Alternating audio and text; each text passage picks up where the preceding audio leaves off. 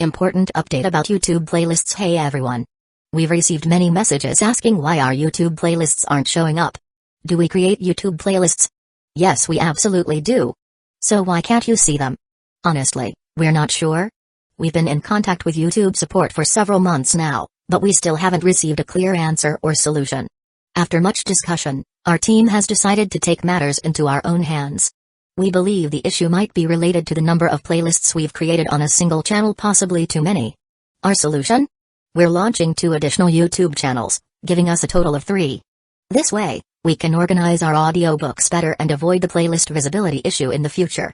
This change only affects our YouTube audience. If you're a patron supporter, you can still access all our audiobooks by visiting the collection menu on Patreon. Thanks so much for your time and continued support. Happy listening. She leaned in. Izumi, tell us all the juicy details. Well, it started when MMPH. Before Izumi could spill the story, her mouth was quickly covered by Nagi herself. Her face was crimson. It was the kind of embarrassment you feel when your most humiliating Chunabiu moment gets revealed in front of everyone. Sure, she could have a middle schooler level delusion attack. But saying it out loud? No way. That was the limit of her pride. Ahem. Everyone, maybe we should head inside and continue this there. Seeing Nagi about to collapse from sheer shame, Maria kindly stepped in. If the teasing continued, Nagi might actually faint.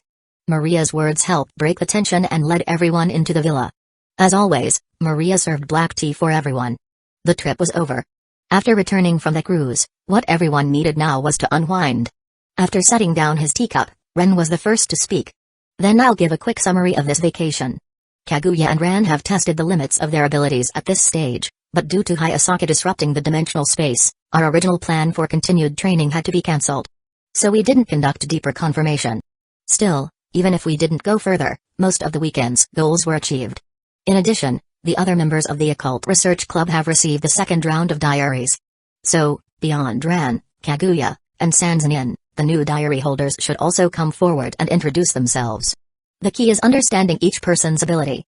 That way, everyone can be more aware. Then I'll go first. As soon as Ran finished speaking, Sanoko stood up and pulled out a contract card from her pocket. The first thing I won in the draw wasn't anything offensive. It was a coin used to establish a contract with someone. Of course, my contracted partner is Ren.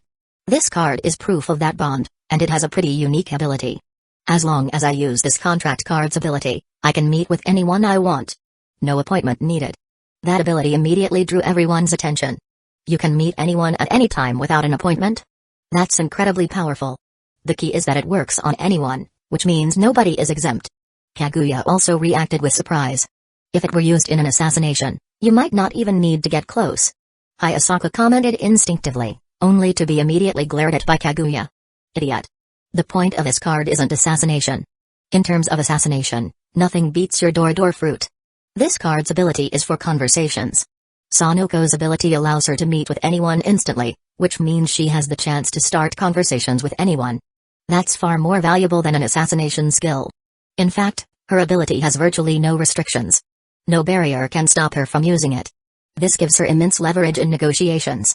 The other party won't be able to escape the conversation, making it much easier to pressure them and reach a favorable outcome.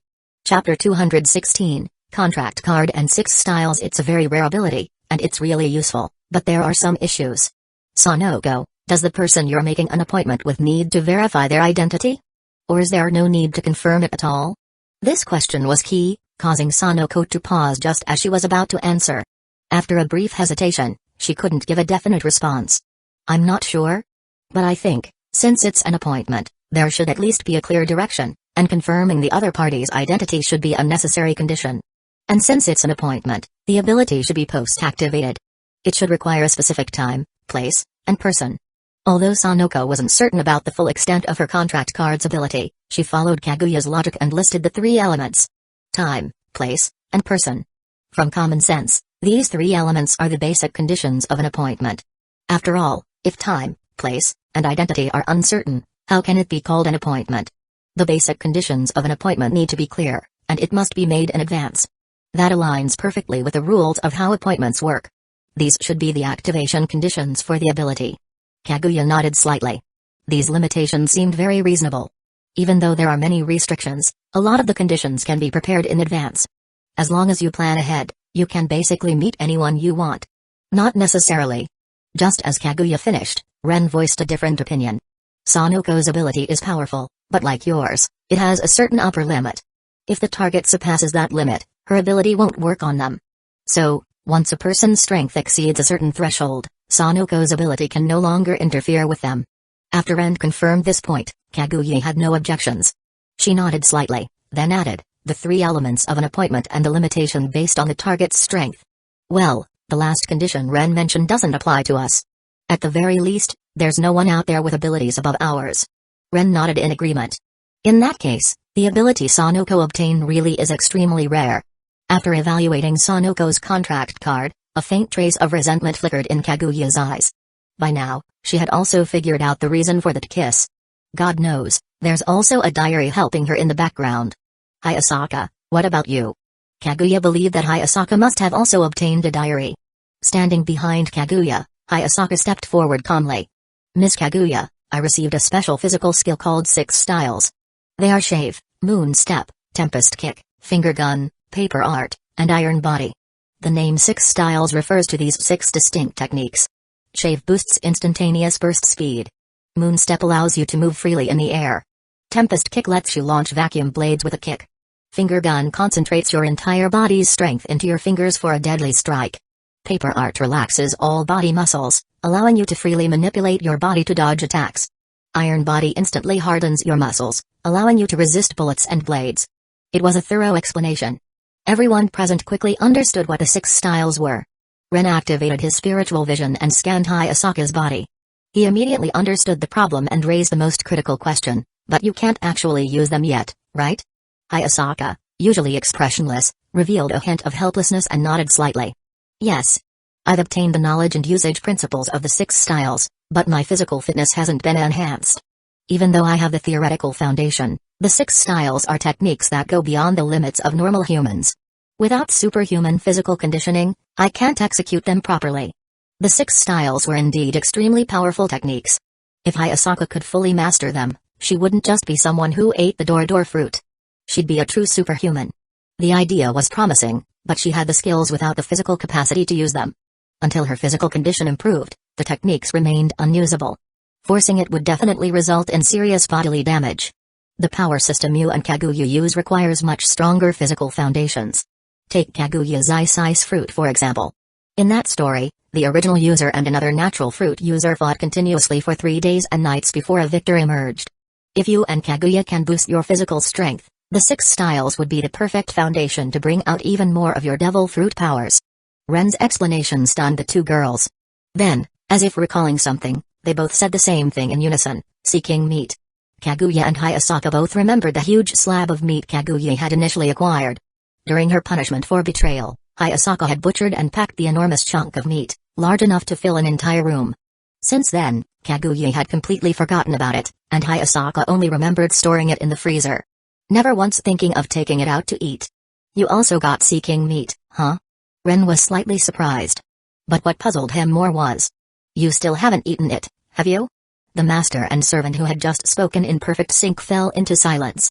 This silence spoke volumes, and Ren moved on without pushing the awkward moment further. The Sea Kings are gigantic marine beasts from that world. Eating their meat likely boosts physical strength. In that story, many people regularly eat that kind of food, and that's why their physical capabilities are so exceptional. Most of the characters in that world grew up eating that kind of meat. If you eat it regularly, it should have a strengthening effect. In truth, Ren didn't know that both Kaguya and Hayasaka already understood the seeking meat's value. They had simply forgotten it existed. Sanoko and Hayasaka have already explained their abilities. That leaves Maria and Sajinamiya. You two received something as well, didn't you? Izumi, dressed in a deep purple kimono, slowly stood up and spoke gently. Amamiya-sama, I'll go first. Yes, please.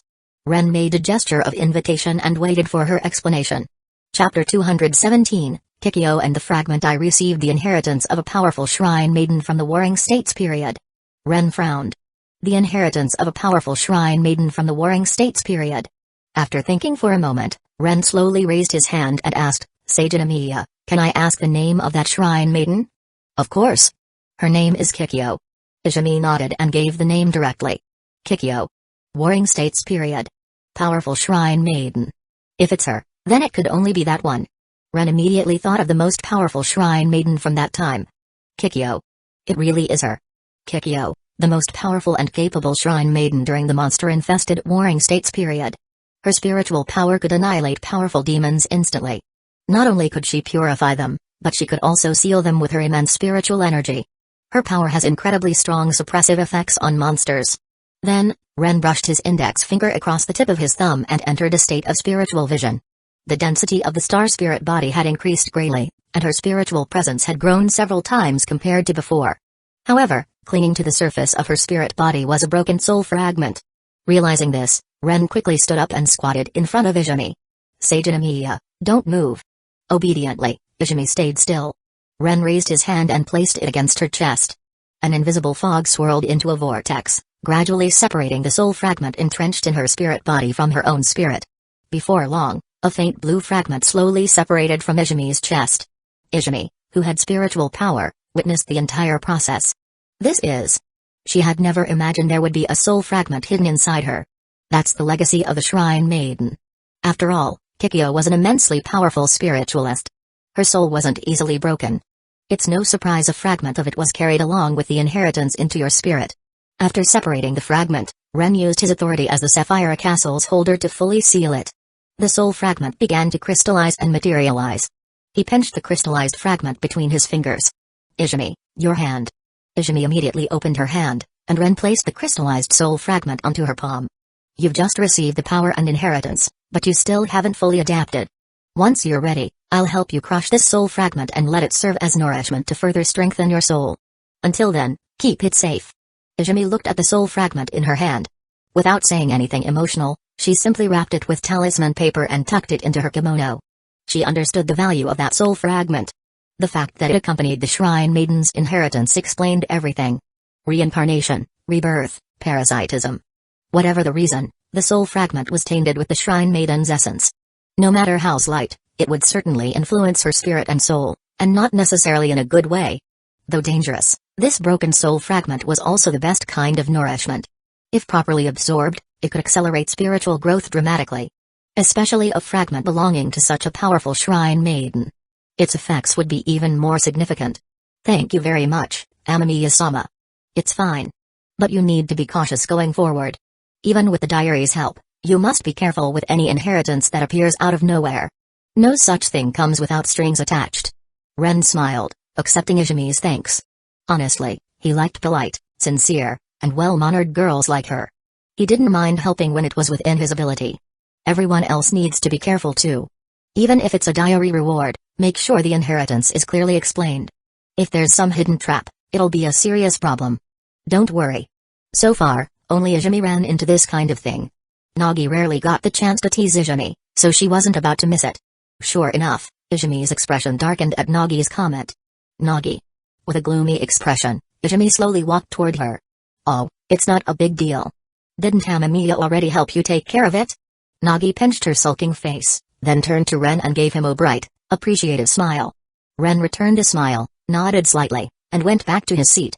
Seeing his response, Nagi quickly dragged Izumi to sit back down, then turned her attention to the last two. Fujiwara, Maria, you're the only ones left. Nagi knew Maria also had a diary, but she had no idea what Maria received in the first lottery draw. Called by name, Maria stepped forward, raised her hand, and a spear appeared in her grasp. Its blade tip glowed with a yellow-orange light. The moment the spear appeared, Ren immediately sensed some unknown force being drawn to it, making the air around them feel heavier. He glanced at the others. Their expressions were normal. So, he was the only one who could feel it. He then turned his attention back to the spear. This spear is called the Vortex Vanquisher. As I mentioned last time, the rock god is also known as the god of war. The original wielder of this spear was the god of war. Because the god of war used it for so long, it greatly enhanced the rock elemental shield abilities. If you carry this spear, Maria, it should help you manipulate geo-elemental energy more smoothly. Also, the spear is extremely sharp. Of course, you'll need to train in using a spear properly. Thanks to Ren's explanation, Maria finally understood the origin of the weapon she'd drawn. So, this is the god of war's spear. No wonder it felt strange. Whenever I hold it, my elemental control feels faster and more fluid. At first, Maria thought it was just an illusion caused by excitement, But now it seemed real. It really is the spear. I should definitely train with it properly. Although she wasn't used to wielding a spear, Maria knew she needed proper training. Chapter 218, The Road to Sequences and Methods. The last one is Fujiwara. Chika stood up when her name was called, her usual bright smile on her face. The first thing I got was a potion. After drinking it, I gained special abilities. Amamiya and I belong to the same power system. But then her smile gradually faded, replaced by a hint of fear and unease. Well, the only problem is that there was a deviation when I gained the power. The symptoms of losing control that Amamiya mentioned. I experienced them too. I don't really know why, but I saw a very strange scene. Are your powers and Amamiya's really that dangerous? Aizawa Sakaya couldn't help but ask with curiosity. They are quite dangerous. Chika pressed her forehead in distress. She clearly didn't want to experience that feeling again. Back then, I saw the collapse of the world. All the colors blended into one chaotic mass. I felt like I was being swallowed by it, my consciousness disintegrating piece by piece. It was as if I could clearly sense that I was about to die. I could feel myself going insane. Recalling that moment, even Chika's usually cheerful face twisted slightly, her expression showing subtle cracks, like lingering trauma. Seeing her like that, the others instinctively swallowed nervously. They hadn't experienced it firsthand, but they could imagine the despair behind her words. Going insane. After working hard to suppress the after effects, Chika forced her expression back to something resembling a smile. I'm okay now. Really, it's all okay. She repeated herself, trying to reassure them. Her mood did seem to return to normal quickly. But everyone could tell something was still off. Almost unconsciously, they turned to the one person they could rely on. Ren shook his head slightly, signaling that everything was fine for now. Once they received that reassurance, everyone relaxed. The potion system isn't exactly safe. Becoming a beyonder always carries the risk of losing control. And aside from losing control of yourself, there's also corruption caused by forbidden knowledge. You can compare it to the ancient gods from the Cthulhu mythos. When mortals gaze upon them, they can't comprehend the knowledge and information being broadcast to them due to the limits of human cognition. This results in corruption by the ancient gods' revelations. Their minds collapse, and their bodies begin to mutate. To avoid misunderstandings, Ren briefly explained. This is way too messed up. Aizawa Sakaya immediately raised her voice in protest after hearing Ren's explanation. Yeah, it definitely sounds problematic. But in practice, this situation can be controlled. During Fujiwara's first use of the potion, she did lose control and was affected, but I managed to handle it. Ren answered calmly in response to Aizawa's concern. I'll take responsibility for Fujiwara's safety. When she advances next time, I'll be there too, making sure she doesn't encounter any uncontrollable accidents. Hearing this, Aizawa Sakaya relaxed slightly, though her brows were still furrowed. What about you? No need to worry about me. I've been aware of the risks of the potion path from the start. That's why the diary gave me a special precondition, allowing me to avoid the negative side effects of the potion system.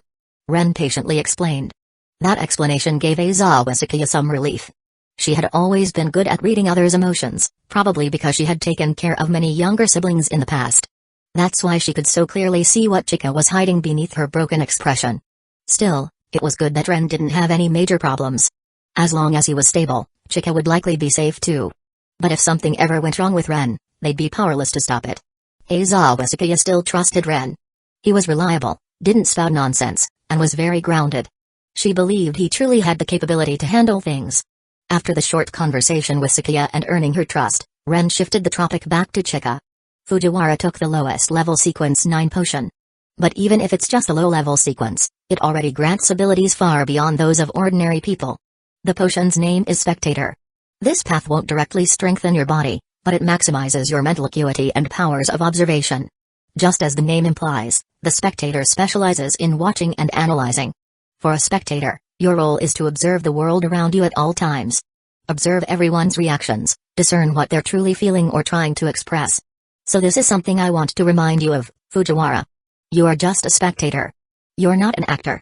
You don't need to participate. You just need to watch. Ren's final words were specifically directed to Fujiwara. Now, there's a key point that every beyonder walking the path of sequences must know. The key to potions is not mastery, but digestion. The power you gain from a potion isn't enhanced by refining or studying it, but by how much of it you can digest. And one of the ways to digest a potion is through acting. Acting means aligning yourself with the essence of the potion, living your daily life in a way that matches that core concept. The more in tune you are with the essence, the more smoothly you'll digest the potion. Fujiwara, remember this clearly. You're just acting. Don't get too immersed. If you get too caught up, you won't be the one digesting the potion. The potion will be the one assimilating you. This was one of the most important truths of the sequence path, something every beginner had to understand and internalize. Got it. Chika listened carefully and firmly memorized everything Ren had said. She nodded. Amamiya, if I'm a spectator, then what are you? No one had asked that before. But now that she was walking the same path, Fujiwara Chika felt she could finally relate. Seer, Marauder, and Apprentice. Ren thought for a moment and answered with the 3 paths he had taken. Chapter 219, The Spectator is Very Cheating. Seer, Marauder, Apprentice. The names of those 3 paths were enough for everyone to get a rough idea of their abilities without needing to ask in detail. However, in daily life, it seemed like the only one Ren really used often was the Seer. The Marauder path lets you steal things, right? So for role-playing, do you have to steal stuff like Kaido Kid? Nagi reacted quickly. Thinking about the acting method just discussed, she immediately came up with that question. Ren shook his head slightly. My situation is a bit more complicated. Since the traits I received from the start were highly compatible with the sequence system, my progression is a little different from that of ordinary beginners. Even without acting, I can digest potions faster than most. Low sequence potions don't require much acting to be digested, so I don't bother thinking about it too much most of the time. It saves me a lot of trouble. The sequences that require public expression were a huge headache for Ren. Especially if he had to perform center stage like some theatrical role. It would be a nightmare. After all, the world he had lived in for more than a decade was rooted in normal daily life. If he stirred up too much chaos, the official organizations would definitely start watching him closely. So, when he found out he didn't need to act much, Ren was honestly relieved. Some sequences demand control over chaos and madness. If there's no right opportunity, and he's forced into that kind of path, it could ruin the peaceful life he's worked to maintain. My seer potion is already fully digested. I'm now at sequence 8. My clown, marauder, and apprentice paths are also nearing digestion. What's left is preparing for the next potion. These 3 paths don't focus much on offense at the lower sequences, so they're still manageable in terms of risk and utility. That's true for most low-level professions.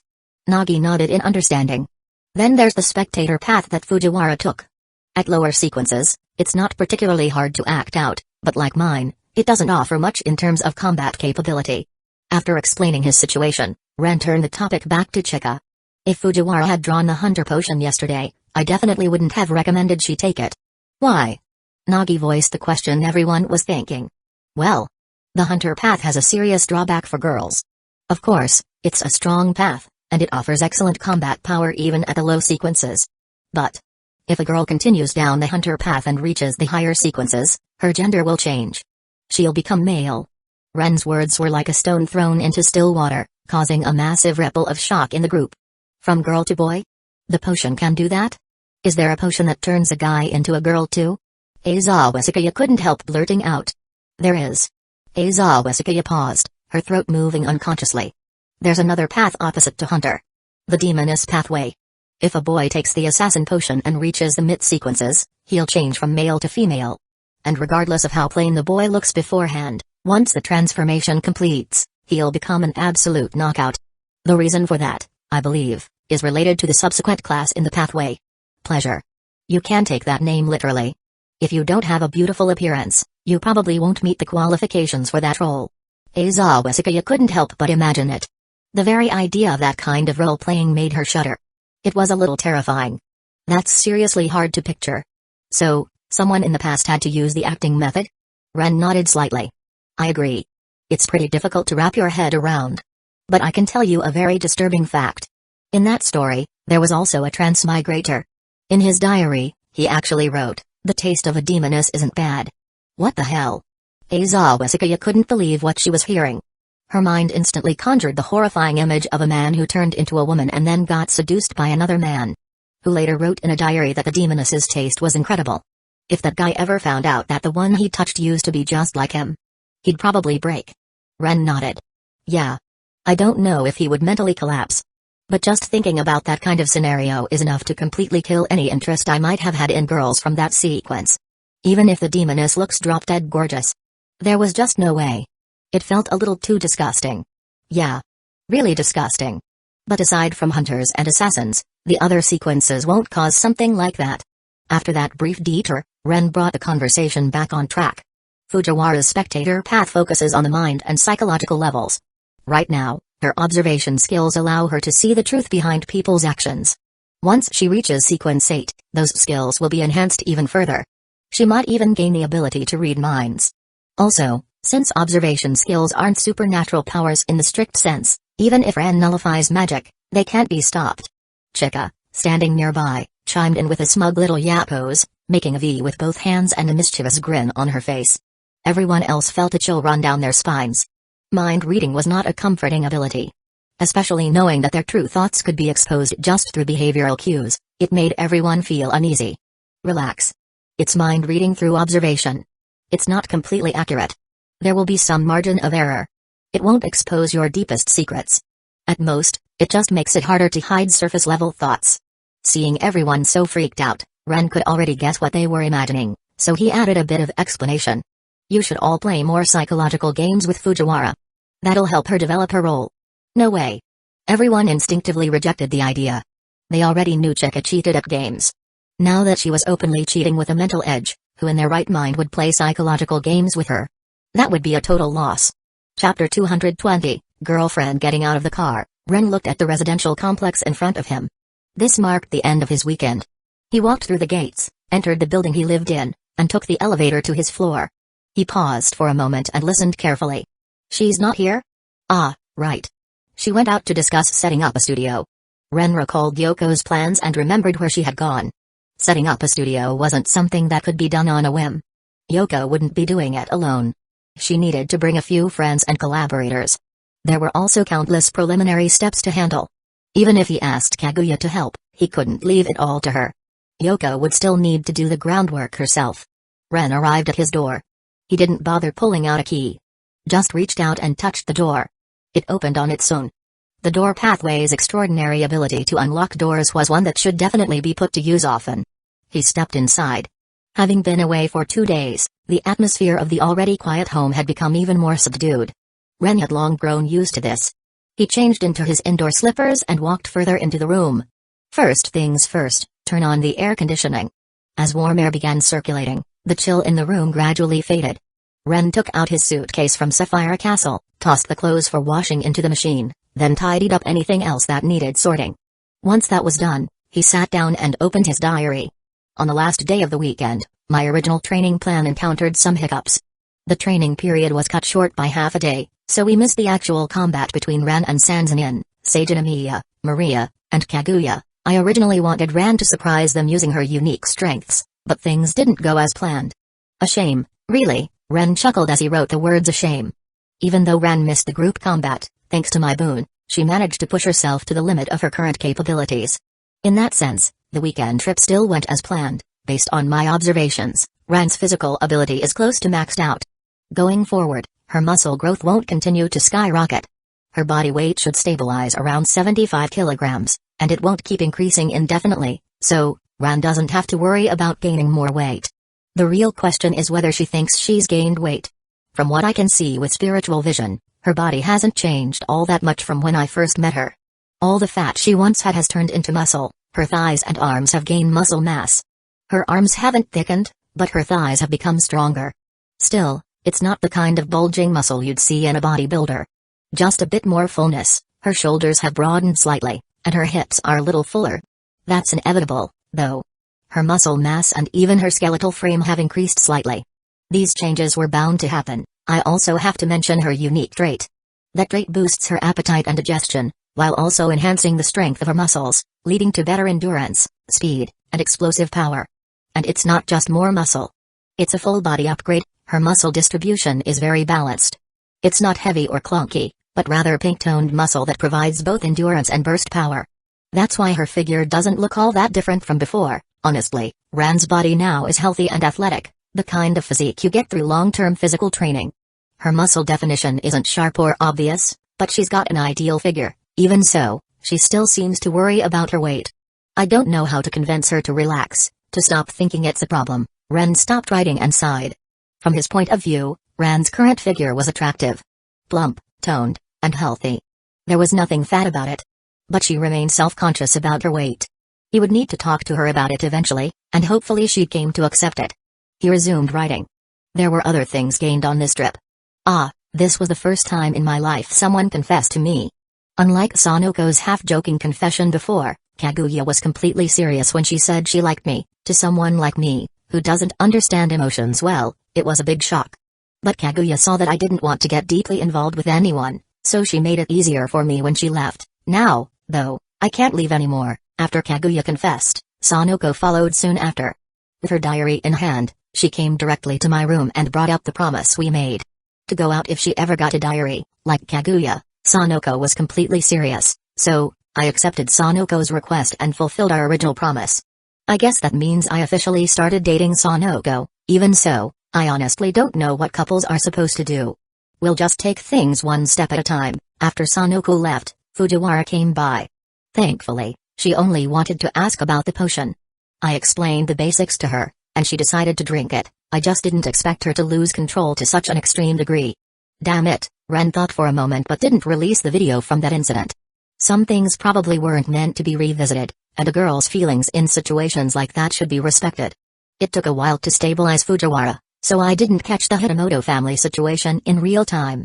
Still, things went almost exactly as I predicted, and Hitamoto Natsu successfully became my believer. I'm still not sure whether faith is required to anchor my humanity, but if it can be used, it's better to prepare ahead. Also, I still need to respond to Kaguya's confession from the next day. After agreeing to date Sanoko, I also accepted Kaguya's confession. Now I've become the kind of two-timing scumbag I used to despise. The worst part is, I don't even know how to date two girls at the same time. What a headache. Chapter 221, Unchanged favorite standard. In Ran's room, she lay on the bed with a diary in her hands. A beautiful girl with a good figure. So that's how Ren sees me. Being complimented on her figure. Described as just right, plump, and healthy. Felt like the highest praise a girl could receive. Ran would usually accept compliments with a polite smile. If someone dwelled too much on her body, though, it started to feel like harassment. But it was different when it came from someone she knew. Ran had never really been concerned about her figure. Ever since her body began developing, her shape had been on the fuller side. Compared to her peers, she even felt like she'd developed a little too much. But now, the recent spike in her weight was starting to become a serious source of anxiety. She understood that strength and explosive power came from a strong physique. Still, as a girl, she cared more about having a healthy figure rather than visible muscles. And now, a familiar boy, someone she had feelings for, had told her she wasn't fat at all, that she looked healthy and beautiful, not particularly strong, just right. Ran closed the diary and rolled off the bed. She stood in front of the full-length mirror, studying her reflection, especially her legs. She raised one slightly. Her fair, smooth thighs were flawless, and there weren't even any visible muscle lines. They're definitely a little thicker than before, but this must be what Ren meant by just right. Even though they were thicker, Ran didn't feel the anxiety she had before. Having a guy she liked say they were just right felt much more reassuring than anything she could tell herself. Still, clothes made it hard to tell how her body really looked. Ran glanced at the window, then quickly walked over and drew the curtains to block out any view from the outside. Once she was done, she returned to the mirror and began removing her clothes piece by piece until she was down to just her underwear. Now she could see her entire body clearly. She reached out and pinched her lower abdomen. Her core was firm, with barely any fat to pinch. She could control the tension and relaxation of her abdominal muscles at will. Relaxed, it was soft. Tensed, it felt as solid as steel. She posed in front of the mirror, one graceful stance after another, carefully observing herself. Yeah. It's a healthy figure. Not fat, and no muscle definition. And Ren said this weight is already at its limit. My figure should stay at this level going forward.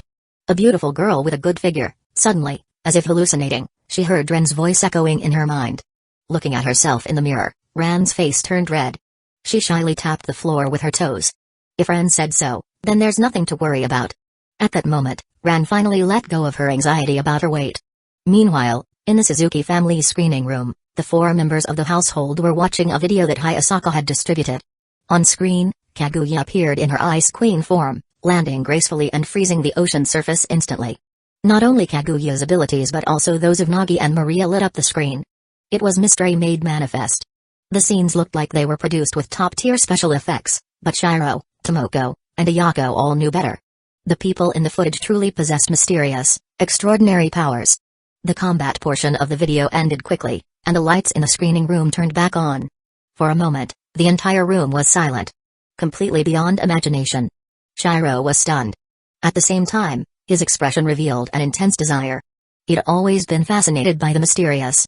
Unfortunately, he had never had the opportunity to truly engage with it. But now, that door had opened. How could he possibly turn away? I always believed mystery existed, but I never expected it to be so overwhelming. Especially Kaguya. She's mastered powers beyond human understanding. Tomoko nodded in agreement. Power that defies reason is enough to overturn everything. In a normal world, only concentrated military force might pose a threat to her. Shiro nodded subconsciously. But Sanoko shook her head. Mom, even heavy firepower won't work. Shinomiya can turn into an elemental form. Even if Sanzan-in and the others focus all their firepower on her, they still wouldn't be able to do anything. Not just Shinomiya. Her maid, Hayasaka, can open doors to other dimensions. Heavy firepower can't reach her there. It's too easy for them to escape. Even large-scale firepower likely wouldn't land a direct hit on Kaguya or Hayasaka. The door fruit was just that powerful, especially when it came to repositioning. It was nearly impossible to hit them directly. Once again, Sanoko's explanation helped her parents grasp the massive gap between the mysterious and the ordinary. They realized that the wealth and power of the mundane world were ultimately meaningless in the eyes of those who walked in mystery. The moment the mysterious was even partially revealed, wealth would rush in on its own. There would be no need for control or management. Ayako, who had remained quiet all this time, finally looked at her sister with curiosity in her eyes. Sanoko, what ability did you gain? It was a question that also interested Shiro and Tomoko. Even if Sanoko hadn't said anything, they had already seen the footage from her recent trip. It was obvious she had stepped into the mysterious world. Sanoko smiled proudly and took out a contract card from her chest. It depicted her as a young lady of a noble house. This is the ability I obtained. This contract card represents my power. The rights of a young lady. As long as I wish it, I can meet anyone, no appointment needed. And also, Mom, Dad. I think I've fallen for someone. Shiro and Tomoko looked at each other. They had been expecting something like this, but they were open-minded about whoever Sanoko chose to date. The reason was obvious. Is it because he's handsome?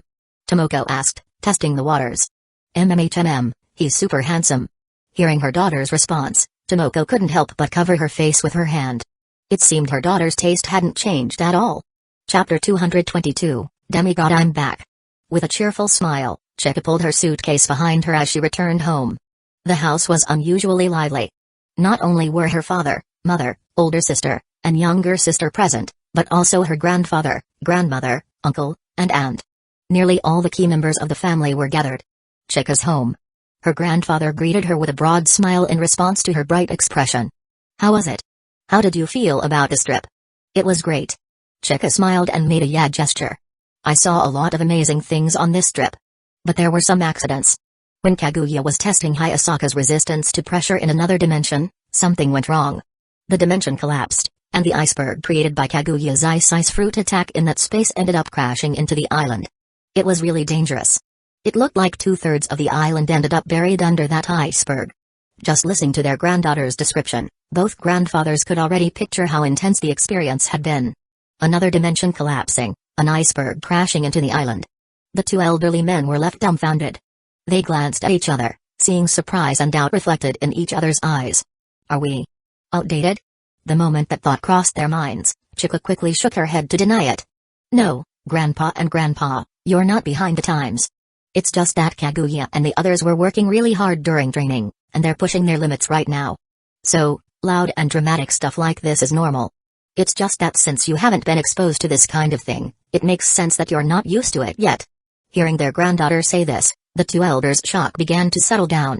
They were both aware of the mysterious, but they hadn't experienced the level of destruction the true mysterious world could cause. After all, the mysteries they had encountered in the past weren't nearly this dangerous or influential. While the elders calmed down, Fujiwara Maho, seated in the main seat, looked at Chika with slight suspicion. Considering the kind of world Chika had been exposed to lately, Maho didn't hold back and asked directly, Chika, weren't you a little too quick to respond? Eh? Chika blinked in confusion at her mother, then quickly realized what she'd done. Her mother's questioning gaze made it clear. Ah. Because I also stepped into the mysterious during this trip. The entire Fujiwara family stared at her in stunned silence. None of them had expected Chika to enter the mysterious world so soon. Her younger sister, Moa, was the first to react. Really? Sis entered that fast? What kind of ability did you get? It wasn't just Moa. Everyone in the Fujiwara family was curious. Chika was the first in their household to enter the mysterious. How could they not be interested in her abilities? The power I got is probably the lowest tier 1. It didn't show immediate effects like Kaguya's. Right now, my physical abilities haven't changed. I've only gained enhancements in mental capacity and observation. As for how those enhancements work, well, I can already tell what Moa is thinking right now. Even though her expression hasn't changed at all, her fingers twitched, her breathing got a little erratic, and her pupils contracted unnaturally. And now she's wondering how I figured out what she was thinking. After explaining, Chika folded her arms and chuckled. Her tone had unconsciously become a little proud. Moa's thoughts are completely visible to me. I can see through her actions and micro-expressions and deduce her true intentions through observation. Upon hearing that, Moa widened her eyes and pointed at her sister in protest. This is mind reading. That's cheating, sis. It's not mind reading. I'm just a spectator from the first sequence. Mind reading is at sequence 8.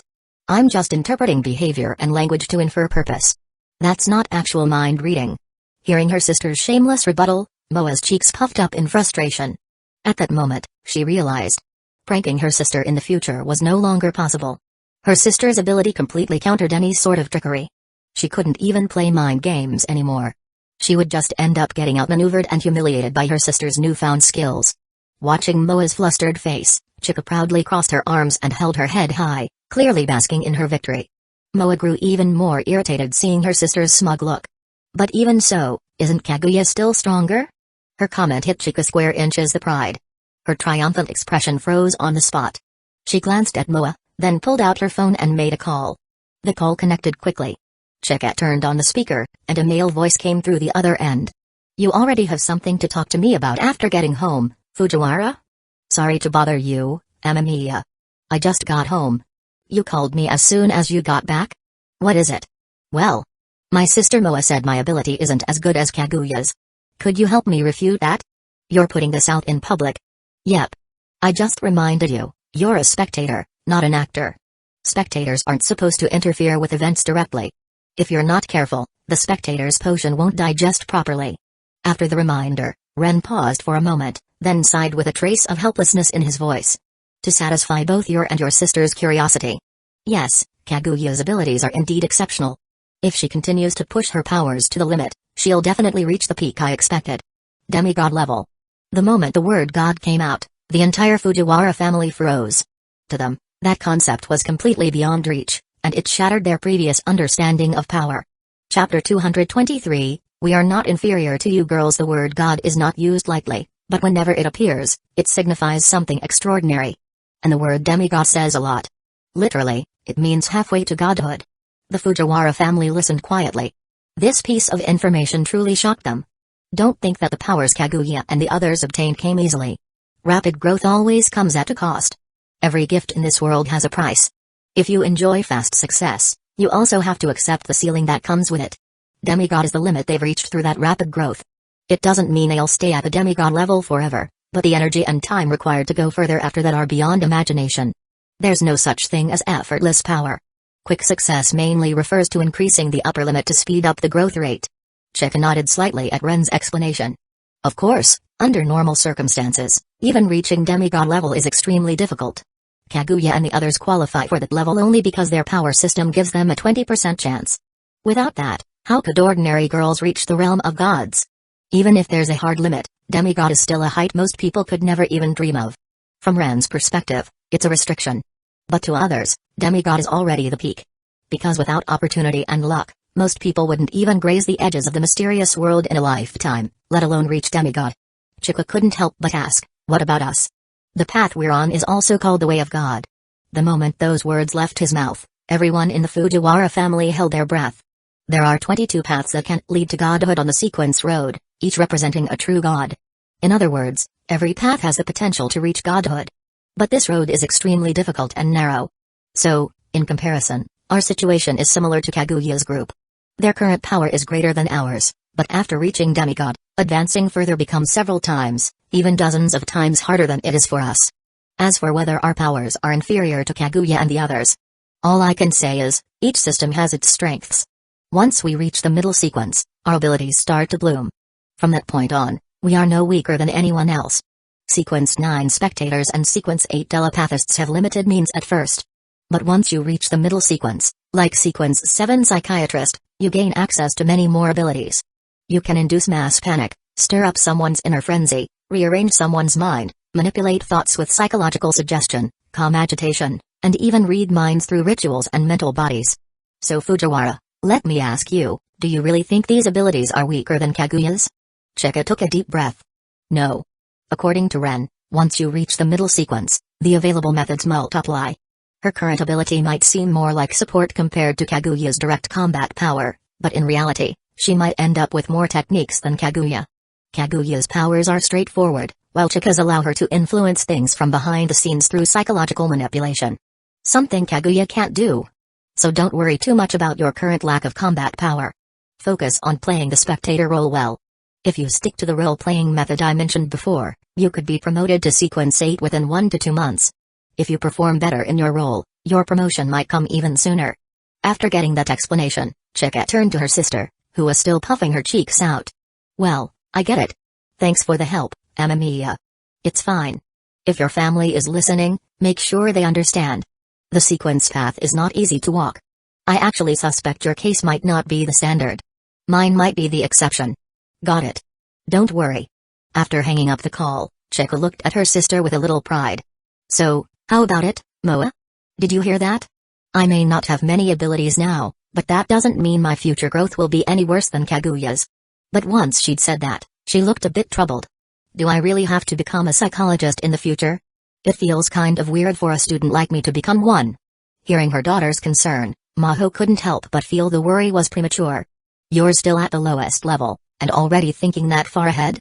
Chika, when you reach that point, your father and I can arrange for a government-level psychological consultation position. You'll have plenty of opportunities to become a psychologist. But for now, just focus on what's in front of you. As a diplomat, and with her husband's status, arranging that sort of career for their daughter wouldn't be difficult. If Chika truly needed it, the couple could easily make the necessary preparations to ensure she was ready to take on a psychologist role. But that wasn't something to worry about now. Chika hadn't even reached that stage yet. Spectators and telepathists clearly didn't need to worry about playing the role of psychologist just yet. After speaking to Chika, Fujiwara Maho also let out a breath. She, too, had been deeply shaken by the word demigod. Demigod. I never imagined our daughter would even have a chance at something like that. Not just our daughter, she added, her gaze falling on Chika, many other girls have the same opportunity. And so, Maho narrowed her eyes. That boy is the key, isn't he? She had immediately grasped the core of the situation. The only reason her daughter had such an opportunity was clearly because of the boy who had just spoken to her. She didn't know how, but the reasoning was clear enough now. Mom, what are you talking about? Chika tilted her head, confused by her mother's words. Maho just shook her head and didn't elaborate. Obviously, some things weren't meant to be said aloud. Even so, the information she had gathered from Chika today was already more than enough.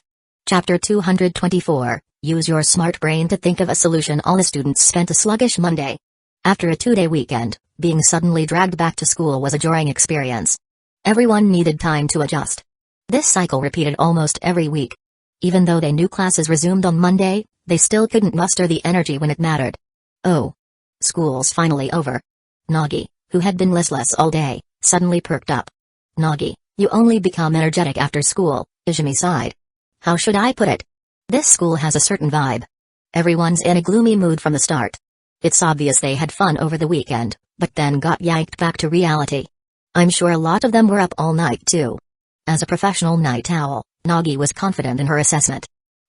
She shifted her position on the sofa and hugged the blanket tighter around herself. We're in school, yet this place makes me want to sleep so badly. It's the atmosphere, Ren replied as he sat at the round table, shuffling tarot cards. He turned his head slightly. Sanzanin, you actually enjoy being around lots of people, don't you? It's troublesome when there are too many people. She refuted the trouble, but didn't deny liking the lively atmosphere. In truth, Nagi felt she did enjoy being surrounded by others. Compared to her friends, her own home always felt a bit too quiet.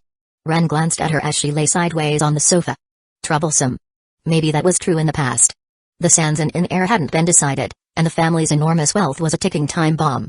But is that still a problem now? Hearing this, Nagi sat up straight, her eyes widening in surprise. Did the old man make a move? But neither Maria nor I told him anything. Was it Sakuya? Ren shook his head. I doubt Miss Sakuya would say anything. She understands some things aren't hers to tell. If you didn't say it, no one else could. And the old man isn't the type to listen to others anyway. He'd just wait for you to speak.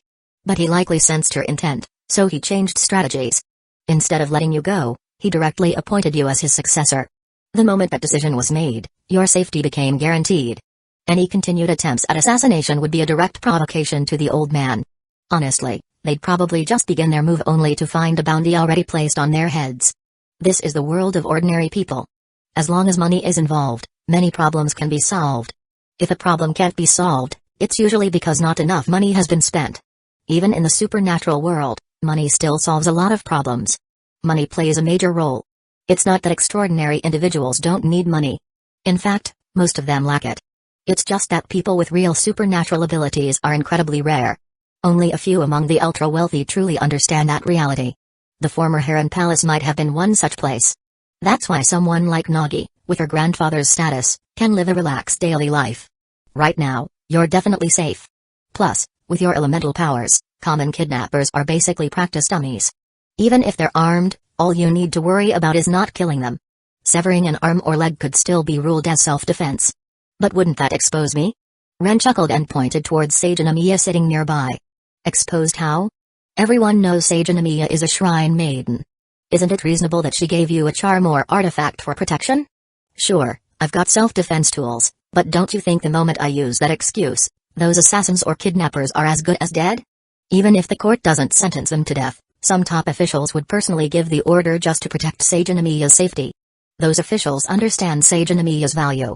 They won't allow her life to be threatened by a few amateurs. That'd be a joke. Sage Anamiya was just one example.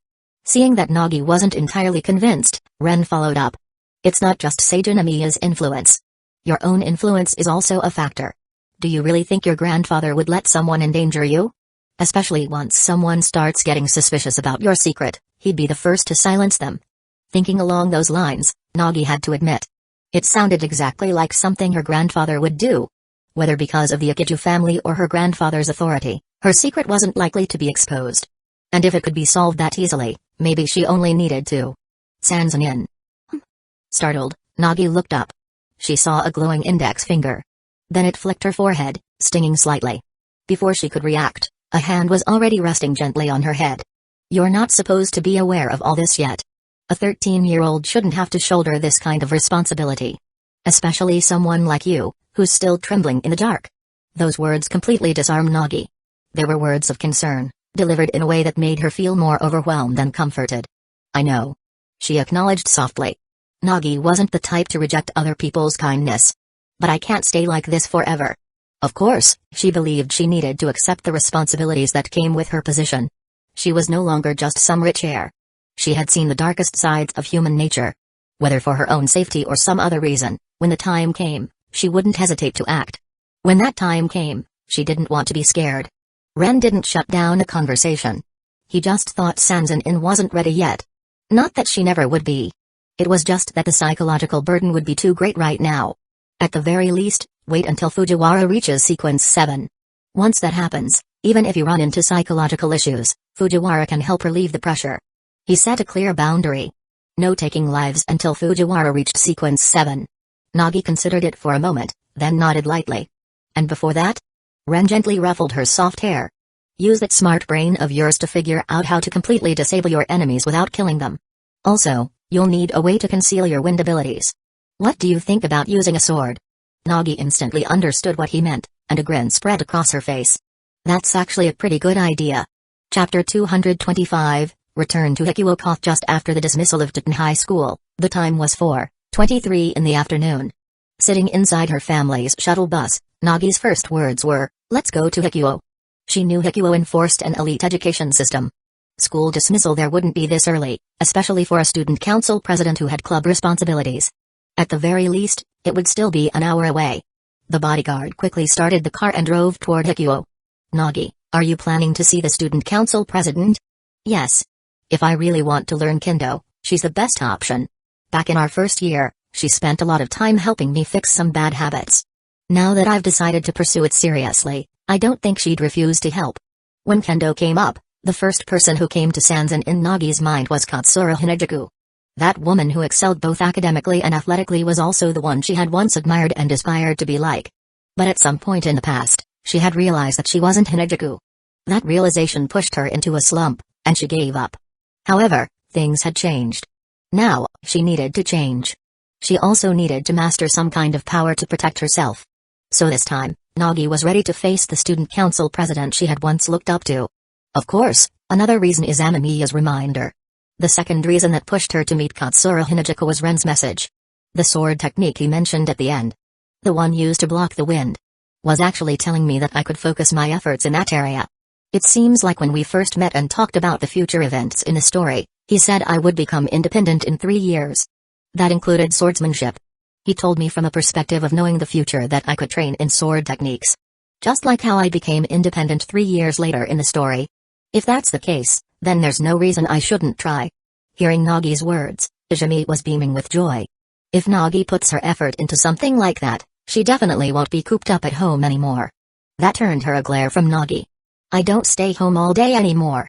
Ever since I started using my diary, I've been going out more. Plus, now that I've transferred schools, I go to school every day. But even if she goes to school, Nagi-chan still spends every afternoon napping in the clubroom, right? Izumi's comment was sharp and on point. Well, that's because I've been getting sleepy around noon lately.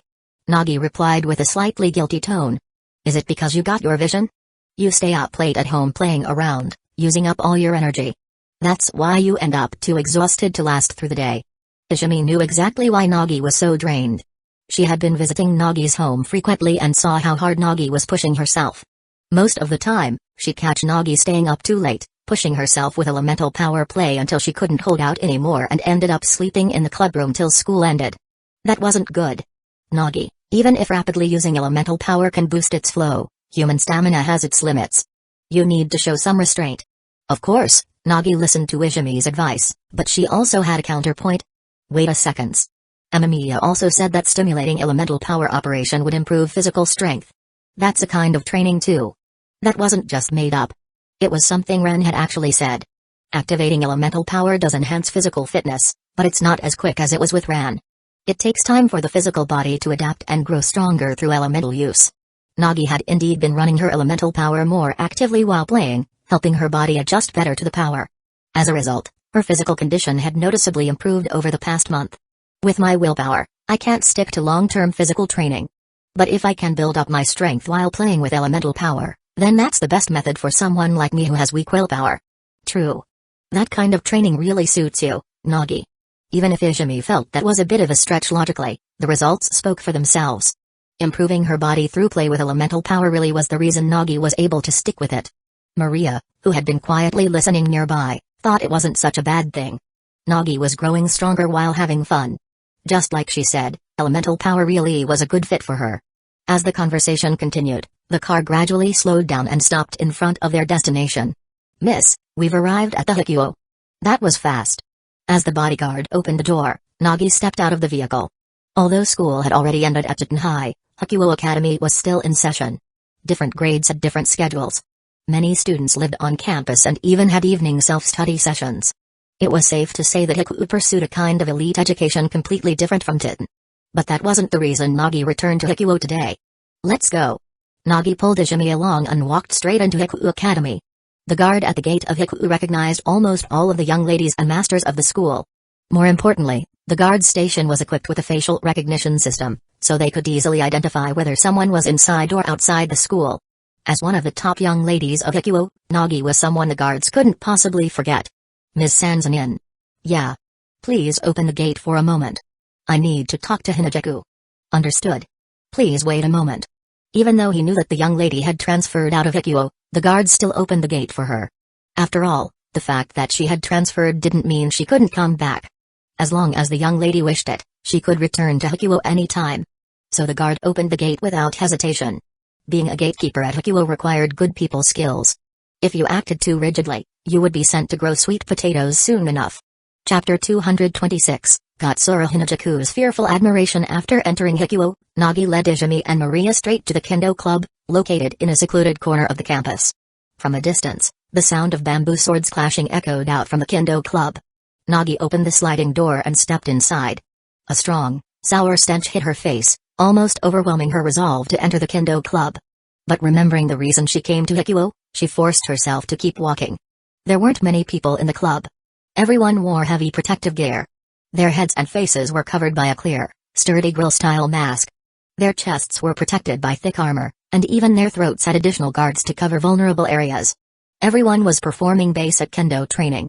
Judging from their fluid footwork and striking, it was clear the Kendo Club members had solid fundamentals. Of course, this didn't cancel out the sour stench from these sweat-soaked students. Nagi waved a hand in front of her nose, still clearly unaccustomed to the strong smell.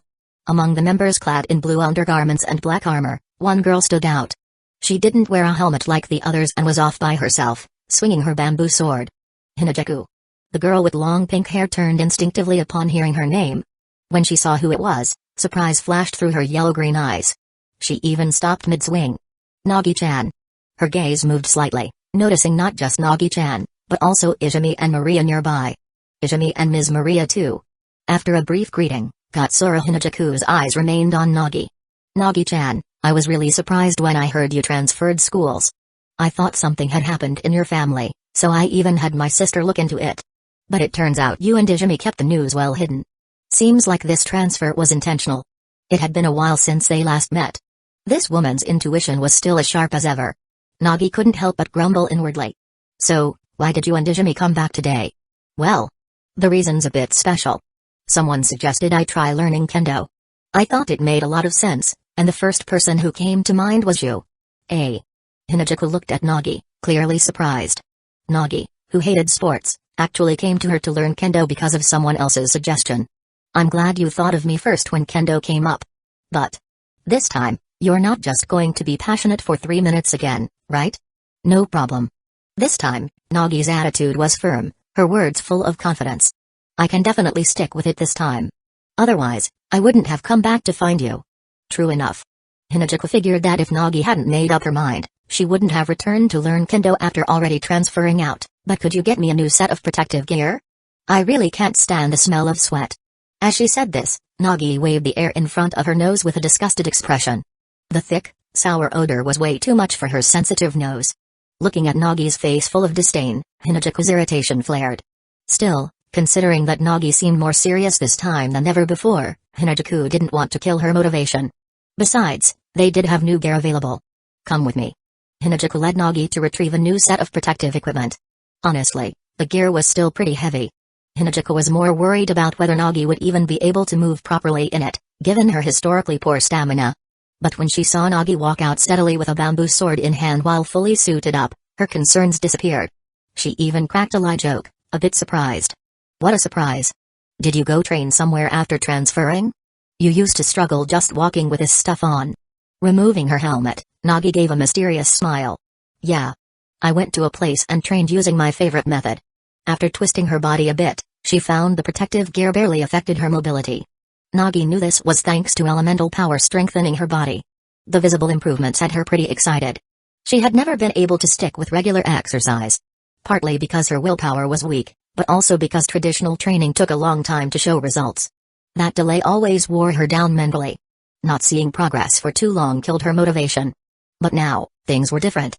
She didn't need to train deliberately. Just focusing on controlling her elemental power enhanced her physique. And the progress was obvious. It no longer triggered the resistance she used to feel. This gave Nagi the drive to get stronger. Hinajaku, let's get started. In that moment, a fire burned in Nagi's eyes. If it's something achievable, who wouldn't want to chase it? And now that the chance was right in front of her, who could give it up? Alright. Even though it lasted only a moment, Gatsura Hinajaku still caught the change in Nagi's gaze. She was no longer the girl who had been apathetic and passive. Now, she radiated an intense enthusiasm and passion. What had happened to Nagi in the past month? Gatsura Hinajaku couldn't imagine. In just 1 month, her physical condition had improved, and even her spirit felt entirely different. Inside and out, she felt like a completely different person. Let's start with your swing posture. Today, focus on adjusting your form. We'll check your stance first, And once that's set, I'll teach you the footwork. Kendo is a sport that starts from the fundamentals, especially imitation. It's going to be pretty dull at first. But once you start enjoying it, you'll feel that Kendo is becoming part of your strength. When that time comes, you'll look back and see how your efforts turned into visible, tangible results. And with that, the posture training began. Chapter 227, That Darted Ran. After returning home, Ran began preparing dinner. But today, she wasn't just cooking for herself and her mother. She also had to make meals for her father and that Edagawa Konan. Humphrey. Even now, just hearing that name made Ran feel a little irritated. Forget it. I don't want to waste my time thinking about him. He's already abandoned his past identity, and we won't have the chance to meet again like before. Just treat him as someone who's already dead. Edagawa Konan is simply Aunt Yukiko and Uncle Kudo's second son. After a month of settling into her new routine, Ran had already came to terms with Shinichi's fake death and his underhanded attempt to sneak back into her life.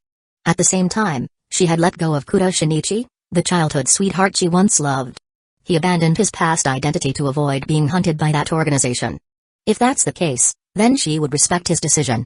Otherwise, wouldn't all of Shinichi's sacrifices have been meaningless? Ran let out a silent scoff. But she quickly reined in her emotions, burying all her frustration deep inside. She composed herself. After a while in the kitchen, the clock read 5:12 p.m. It was just about time for dinner. Ran finished packing the meals for the day. There were 2 lunch boxes, one big and one small. Of course, there were still other dishes that hadn't been packed. These days, Ran needed to eat a lot more than before. Eating 2/3 of a pot of rice in one meal had become a regular thing. This was also something she planned to talk to her father about today. Alright, time to go. She headed out with the 2 lunch boxes. The distance between her mother's home and her father's place wasn't far. Just 4 or 5 stops by bus. Pretty close. After a short ride, Ran arrived at the building of the Mori Detective Agency. She checked the time on her watch. It was 5:30 p.m. Right on time for dinner. Climbing the stairs, she caught a strong whiff of instant noodles. Looks like Dad's been surviving on cup noodles ever since I left. He seriously can't go buy groceries and cook something decent for himself? She sighed and walked up step by step, then pulled out the key and opened the office door. Inside, 2 figures. One big, one small. Were sitting in front of the long office table, noisily slurping instant noodles. Perhaps startled by her sudden return, both of them froze mid-slurp. Ran? Kogoro looked stunned to see his daughter. Why are you back? That question really hit the wrong note. But Ran already knew her father had been living off instant noodles for a whole month. She wasn't in the mood to nitpick. It's been a month. I've almost forgotten about that guy. The dead are dead, and there's no point in clinging to someone I'll never see again. Ran's words made Edagawa Konan stiffen. Yes, a month was long enough to forget someone. Especially someone who wasn't just missing but had effectively ceased to exist. No matter how strong one's attachment, it was normal to start letting go. After all, the living can't spend every day mourning the dead. Although Konan knew she was talking about him, the current state of his elementary school body made it impossible to tell Ran the truth. And this child? Ran's gaze fell on Edagawa Konan. Her eyes carried no emotion, only deep weariness. This child still looks too much like Shinichi. I still can't accept him. But at least now, I can finally separate him from Shinichi. After all, Shinichi is dead. Her words hit Konan like a blade, slicing straight into his chest and leaving a deep, invisible wound. She seemed to be accepting Edagawa Konan's presence, but only because she had utterly erased Kudo Shinichi from her heart. And what could he say now? He was the one who killed off his former identity. Could he blame Ran for acting this way? Of course not. She had been tormented for a whole month by the illusion of his death. Now that she had finally moved on, he couldn't just ruin everything by suddenly telling her the truth. Thankfully, Ran had never truly treated him as Kudo Shinichi. It was only that his appearance resembled Shinichi's childhood self too much, making her unable to completely accept him as just Edagawa Konan. Could he not resemble himself? But Konan had no way to argue and could only swallow the pain in silence. Kogoro had expected this outcome and didn't try to push his daughter. Alright then. You should keep living with Iri. I'll take care of this kid. He understood how his daughter felt. She had been close with that brat. It was normal to react this way after hearing that he had died. He actually sympathized with her. Thanks, Dad. Ran smiled and thanked him sincerely. No need for thanks between father and daughter. Seeing her smile brought a bit of peace to Kogoro's heart. As for Konan, watching Ran now only deepened his self-blame. This is all my fault. If I hadn't been so reckless, maybe none of this would have happened. Ever since that incident, he had been far more cautious when dealing with the organization behind him. But no matter how careful he was now, the past couldn't be undone. Ran walked over to the long table with her bag and placed it down. Dad, Conan, this is a little something I brought over. I can't help with breakfast and lunch, but if I have time, I'll make dinner and bring it by. Oh. Kogro's eyes lit up the moment he saw the lunchbox. He opened it right away. The food inside was still steaming, with a delicious aroma. Completely different from the instant noodles he'd been surviving on. Finally, I can eat something decent. At this moment, he really missed his daughter's cooking. A whole month of cup noodles was enough to make anyone lose their will to live. Seeing dinner prepared by his daughter again almost brought tears to his eyes. Even Edagawa Conan couldn't hold back anymore. After all, he had been eating instant noodles for a month too. He was at his limit. Chapter 228, Convenient. After a few quick bites, Kogro let out a long sigh, savoring the beauty of life, then promptly finished the rest of his lunch. There was no doubt that men ate fast, especially when Kogro and Conan had been living off instant noodles for a whole month. Now that they were finally eating real food again, how could they hold back? The entire meal was gone in less than 5 minutes. Burp. Kogro burped contentedly, convinced this was the best meal he'd had in recent memory. Ran, how's school been lately? Pretty good. I still attend classes like normal, but I joined one more club than before. Recently, we've been going out a lot more for outdoor activities organized by the club. The last time they ran into trouble was on Tsukekage Island, and now they had run into it again on a private cruise ship. There are so many rich girls in your club, and they're all so strong. I thought Sanoko was enough, but it turns out the others are just as impressive. Kogro was truly amazed, but also a bit confused. Still, Titenhai already having someone like Sanoko is rare enough. Why are so many young ladies suddenly transferring to Titan? Dad, I can't just go around asking these girls why they enrolled at Titan, right? Kogro nodded slightly at his daughter's complaint. Yeah, that would be inappropriate. The decisions those girls made weren't something they needed to question. Besides, the transfers were clearly voluntary. It's not like someone could force a bunch of high society daughters to transfer schools. Who would even have the power to do that? It might be inappropriate, but it was definitely strange. Conan also found it odd, but without more clues, there was no way to deduce the reasoning behind it. Is that so? As they spoke, Rand began cleaning up the lunch boxes. Even though I don't know the exact reason, the club's atmosphere is really good. We go out for club activities every weekend, and sometimes even during free afternoons. Free afternoons. Kogro couldn't believe that regular students had that kind of flexible time in the afternoon. Doesn't the school object to you leaving so often? Of course not. Not only has Shinomiya-san invested in the school, but she and her classmates all have outstanding academic records. At Shuchen, Shinomiya-san's grades are consistently second place. The others aren't far behind either. Sanoko and I have been keeping up academically too. The only one struggling with studies is Ren. Ren? Kogro thought he couldn't place who that was. Seeing her father so lost, Ran gave him a hint. Back on Tsukekage Island, there was a boy with Sanoko and me. His name is Amamiya Ren. Sanoko and I have known him for a while. And Ren and Sanoko are dating. Oh. At first, Kogro thought his daughter had found someone new, but it turned out to be Sanoko. No wonder he's the only boy in your circle. I knew it. Conan couldn't help but breathe a sigh of relief. He had suspected one of the rich girls might be dating someone, and the first one who came to mind was Sanoko. Looks like he guessed right. He never imagined that someone like Sanoko, who talked non-stop, would have someone fall for her. It really was surprising. She was kind of careless, a bit of a fangirl too. Those traits alone were usually enough to turn guys away. After learning about Sanoko's background, Conan figured it was possible that someone was just drawn to her for her money. In the end, maybe this guy didn't like Sanoko as a person, but was just chasing after the wealth of the Suzuki family. It wasn't just paranoia. He'd seen that kind of thing happen before, so he had reason to suspect it. And considering what he knew, Sanoko would most likely inherit the Suzuki Zaibatsu someday. That meant whoever married her would also take over a massive business empire. Of course that would impact her future relationship choices. In the end, it was very possible her partner would be selected for her. If that really happened, Sanoko would be miserable. A breakup would be inevitable. No matter what, Edagawa Conan couldn't bring himself to be optimistic about this boy named Amamiya Ren. Alright then, Dad, Conan, I'm heading back. After cleaning up the lunchboxes, Ran prepared to leave. Her purpose in coming today had been fulfilled. And she'd managed to upgrade her father's dinner situation. From now on, whenever she had time in the afternoon, She'd try to bring dinner over for her father. That way, he wouldn't have to rely solely on instant noodles anymore. Coco glanced outside at the fading sky, then reminded her, Ran, don't stay out too late. Don't worry, Dad. Ran smiled, waved goodbye, and left the office with the bag holding the empty lunch boxes. As she walked down the stairs, she could feel a pair of eyes watching her from above. The second-floor window of the office. But she didn't care and simply kept walking toward station 137 without looking back. The one peeking out from the window, of course, was Adagawa Conan. Hey, kid, what's the matter? Are you smitten with my daughter? Kogoro, sitting on the couch and lighting a cigarette, teased him with a grin. Ran-san. Seems to really dislike me. Well, she doesn't hate kids. It's just that your face looks too much like that brat. If you didn't resemble him so much, she wouldn't react so strongly to you.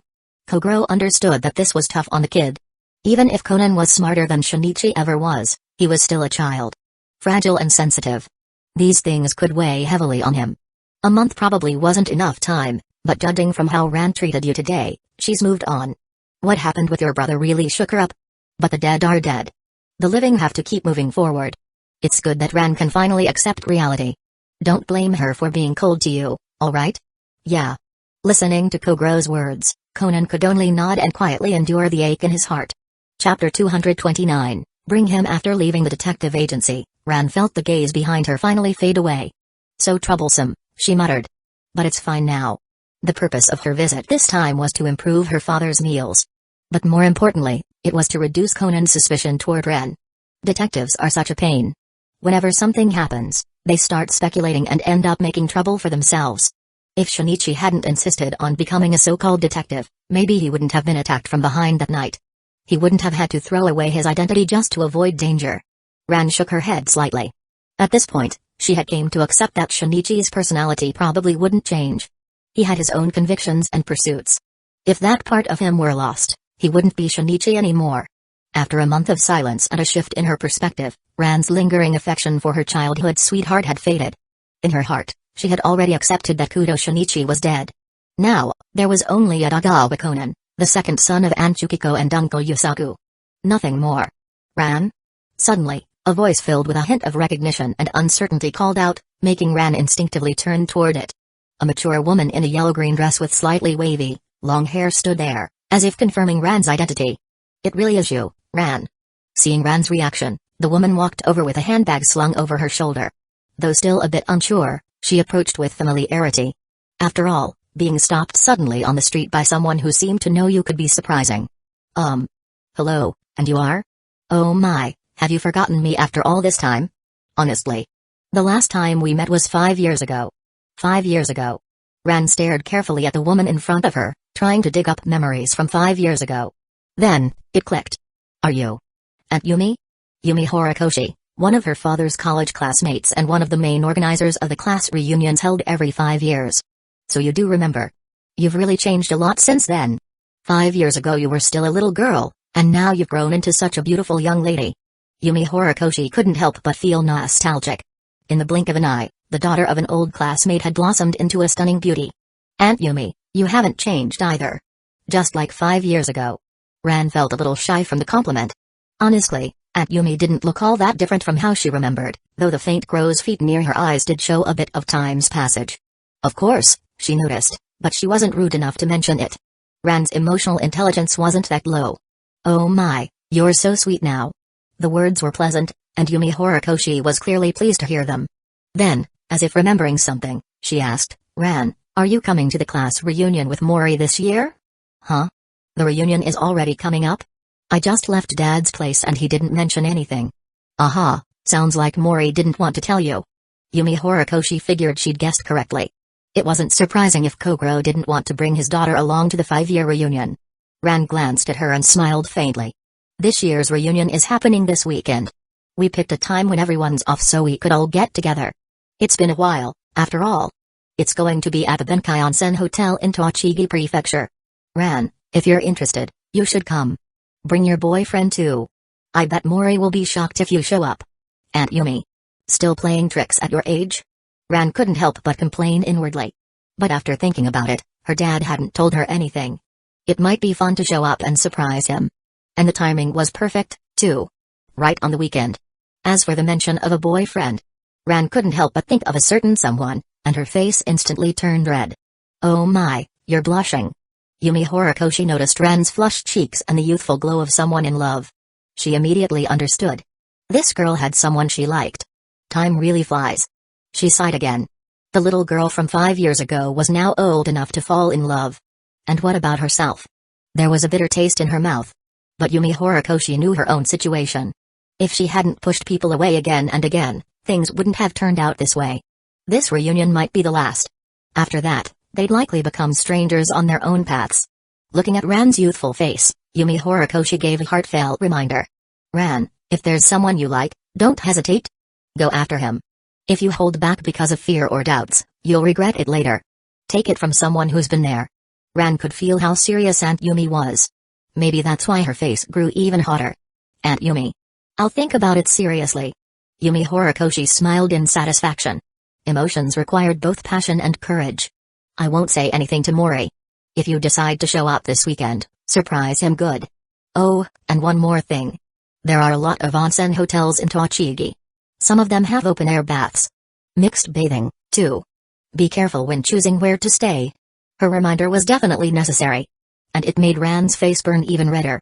For her, that kind of topic was just too much. Still, she nodded slightly and replied in a soft voice, I got it, Aunt Yumi. Seeing Ran's reaction, Yumi Horikoshi couldn't help but laugh. Then I'll see you this weekend, Ran. Chapter 230. It's not that I don't like looking. When Ran got home, the house was still completely dark, but she had already expected that. Her mom had been following up on a case lately, and it was at a crucial point, so she often came back late. It was pitch black outside, and Ran walked into her room without turning on the light. She went to her bed and buried her face into the quilt. Bang! The entire bed made a muffled sound, and the room fell silent again after a moment. After a while, a faint glow lit up the dark room, casting a gentle blush on Ran's face. She operated her phone and made a call. It was quickly picked up on the other end. Ran, what's wrong? The voice was calm and gentle, with no emotional fluctuations, yet somehow had the power to ease a person's mind. Ran composed herself mentally before speaking. Ran, have you decided on your plans for the weekend? No. Do you have anything in mind? Well, there's a reunion for my dad and his former classmates this weekend. The area has a lot of hot spring inns, and there'll be celebrations and fireworks in the evening. A lot has happened lately, and I think we should all go on a hot spring trip this weekend to relax. That's a good idea. Everyone's been pretty tense lately. After the Tsukekage Island incident, we should have taken a break, but then we had that private island training. Going to Tochigi for a hot spring trip this month sounds perfect. Hearing that her suggestion was accepted, Ran finally felt relieved. Then she suddenly remembered what Aunt Yumi had said about mixed bathing. By the way, many hot spring inns in Tochigi have open-air mixed baths. Ran, remember to tell Shinomiya and the others to bring swimsuits. Open-air? Mixed baths? Can't we pick a place with separate ones? So, that's why I mentioned bringing swimsuits. Ran knew Ren would find this hard to accept, so she brought up swimsuits. Even in a mixed bath, as long as everyone wore swimsuits, it shouldn't be a big deal. If the girls were okay with it, Ren should be able to handle it too. And if Shinomiya is organizing the trip, the whole inn will probably be booked out for us. If we're the only ones there, there's no need to overthink things, right? Besides, even if it's mixed bathing, we'll be wearing swimsuits. It's no different from wearing a swimsuit at the beach. Ren can't be uncomfortable with that, right? Not really. Girls' underwear tends to be more private, and some types aren't waterproof. When wet, they turn see-through. But swimsuits are different. As long as they aren't too revealing, it should be fine. Ren could still accept wearing swimsuits. Just like going to the beach, there would be girls in swimsuits everywhere, so it wasn't a big deal. Then it's settled. I'll contact Shinomiya. I went to Tochigi with my dad 5 years ago, so I know the area better and can explain things to her. Alright. I'll leave it to you then. After hanging up, Ren let out a long breath, flipped over in bed, and lay on her back. Ren's already talked to Shinomiya. Now it's up to her. This weekend will be a relaxing break for everyone. If we're lucky, we might even run into Dad and the others in Tochigi. Take your boyfriend to surprise Mori. Aunt Yumi's suggestion still made Ren blush whenever she thought of it. She didn't deny having feelings for Ren, but they weren't dating yet. If Aunt Yumi suddenly brought it up, and she really took Ren to meet her dad and the others, wouldn't Aunt Yumi just assume Ren was her boyfriend? But Ren soon calmed herself down. If that happened, Only Aunt Yumi would think that way. So, it wasn't a big deal. She had already given Dad and Edagawa a heads up earlier. They both believed Ren was dating Sanoko, so there was no way they'd suspect anything between her and Ren. After settling her thoughts, Ren no longer felt overheated. In that case, the weekend is locked in for a hot spring trip. Wait. Is the one I bought before still wearable? Thinking about the hot spring trip reminded her of something important. Her body had matured more since last year, and maybe the swimsuit she bought back then didn't fit anymore. She immediately got up, turned on the lights, closed the curtains, and started digging around her room for the swimsuit she'd bought last year. Eventually, she found a lone swimsuit in the corner of the closet with very little fabric. It was essentially a bikini. The style wasn't flashy. It was a blue base, but there was barely enough fabric to cover the important parts. Ran's face twitched slightly, and there was a hint of regret in her eyes. I shouldn't have let Sanoko talk me into buying this last year. I didn't even go to the beach, so I never wore it. This year. It's just not appropriate. Even so, Ran still took off her underwear and put on the swimsuit. Looking at the back straps in the full-length mirror, they were almost impossible to tie. Ugh, what a waste. This swimsuit wasn't cheap. The key point was, it wasn't cheap. Thinking about her limited allowance, Ran felt a headache coming on. The swimsuit from last year clearly wasn't usable anymore, and she'd need to buy a new one before the weekend. Otherwise, she wouldn't have the courage to enter a mixed bath like that. Also, the coverage on this one was just too minimal. After some hesitation, Ran picked up her phone and called Ren again. Ren, I want to ask you something. If you were picking a swimsuit, would you choose one that shows off your figure or a more conservative one? Huh? Ren was stunned by the sudden question. Instantly, images of the girls around him in different swimsuit styles flashed through his mind. Especially Kaguya and Sanoko. But the setting felt weird. Like a public beach. Which made him raise an eyebrow. Well, I think it's better to go with something more conservative. Looking at herself in the mirror, Ran already guessed he'd say that. So you don't like to look? Is that really an appropriate question? It's not that private. I'm going to wear it in the mixed bath this weekend. I need to ask so I know what kind to buy. It's not that I don't like looking. Ran sounded a bit embarrassed. He was still a normal guy after all. It wasn't like he had no interest in that sort of thing. He'd even climbed the wall to peek before, though he'd never actually seen the real thing. It's just, if you wear something too eye-catching to the beach, other people will see it too, right? So, I think it's better to be conservative. Staring at herself in the full-length mirror, Ran chuckled softly. Got it. I'll hang up now. Chapter 231, Does Hayasaka have a way to add fat to certain areas? Kaguya was eating a simple sashimi meal with Hayasaka at the dining room in her home. Sashimi was considered the simplest dish because the only real concern was the thickness of the slices. Everything else depended entirely on the freshness of the ingredients. Naturally, what they were eating was frozen seeking meat. Even though it was frozen, seeking meat remained fresher than even most freshly caught seafood. Its quality was extraordinary. Seeking meat really is something else. The texture is firmer than ordinary fish, and the freshness is unbelievable. After tasting it, Kaguya couldn't help but praise it. That's true. It's not just the quality of the meat, but the nutrients it contains are also off the charts. According to the tests from the Hayasaka family's secret lab, even a single kilogram of this fish has the energy equivalent of an entire cow. Hearing Hayasaka's report, Kaguya nodded slightly and dabbed her lips with a napkin. There's no need to continue researching this. Some things aren't meant to be studied further, especially at this stage. Don't worry. I already told my mother. Hayasaka had considered that point in advance. After completing the testing, she had already suspended all further research into the seeking meat. Send some to Aunt Nao and Uncle Masato. While it won't give them supernatural abilities, long-term consumption will improve their physical health. Kaguya had never forgotten Aunt Nao and Uncle Masato. To her, they were her closest family. Her mother had passed away early, and she regarded the two of them as real relatives. In contrast, she treated those who were related to her by blood as mere strangers. She had no intention of visiting her elderly, terminally ill father. Even now, despite acquiring the seeking meat, the reason was simple: she didn't trust them. Hayasaka was genuinely pleased to hear Kaguya's decision and quickly expressed her gratitude. Thank you, Ms. Kaguya. You don't need to thank me. Aunt Nao and Uncle Masato work for me now, and they deal with a lot every day. I don't want them suffering any health issues. Also, ring, ring, ring. The sudden ringtone cut Kaguya off mid-sentence. She frowned slightly and picked up the phone from the table. Seeing that the caller was Ran made her expression soften a bit before answering. Mori-san, what is it? Shinomiya, here's the thing. I just found out my dad's going to Tochigi Prefecture for a class reunion this weekend. So I was thinking, maybe we could plan a hot spring trip for the weekend? A hot spring trip, huh? Oh, I also just talked to Ren. He thinks it's a good idea to relax this weekend. Hearing that Ren had already approved of the hot spring trip, Kaguya immediately shifted her tone. In that case, I'll arrange accommodations at a hot spring inn in Tochigi Prefecture. Since Ren agreed to the plan, there was no hesitation in moving forward with it. Also, Shinomiya, I just mentioned to Ren that many of the hot spring inns in Tochigi Prefecture have open-air mixed baths. Open-air. Mixed bath. Those words caused a brief system crash in Kaguya's mind. But unlike before, where she would have frozen for minutes, this time she managed to recover relatively quickly. Ahem, open-air mixed baths. Well, they're fairly common in hot spring resorts. The more high-end the inn, the more likely they'll have those kinds of baths. Exactly. That's what I said too. Since you're the one making the reservation, and it'll only be us staying there, even if it's mixed bathing, it's fine. Plus, we'll be wearing swimsuits anyway, so it's not a big deal. Kaguya's bashful expression suddenly froze. She slowly lowered her head to look at her thin frame. Her slim body was one of her very few insecurities.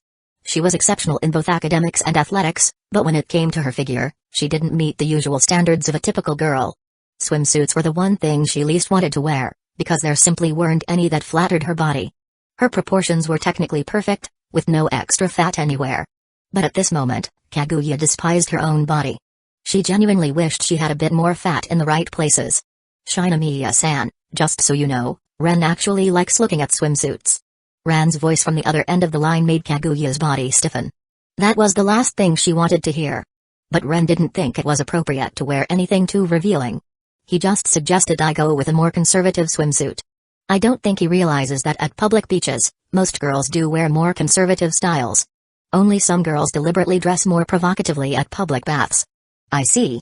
Kaguya finally processed what Ren was saying. Mori-san had just given her a critical piece of intel.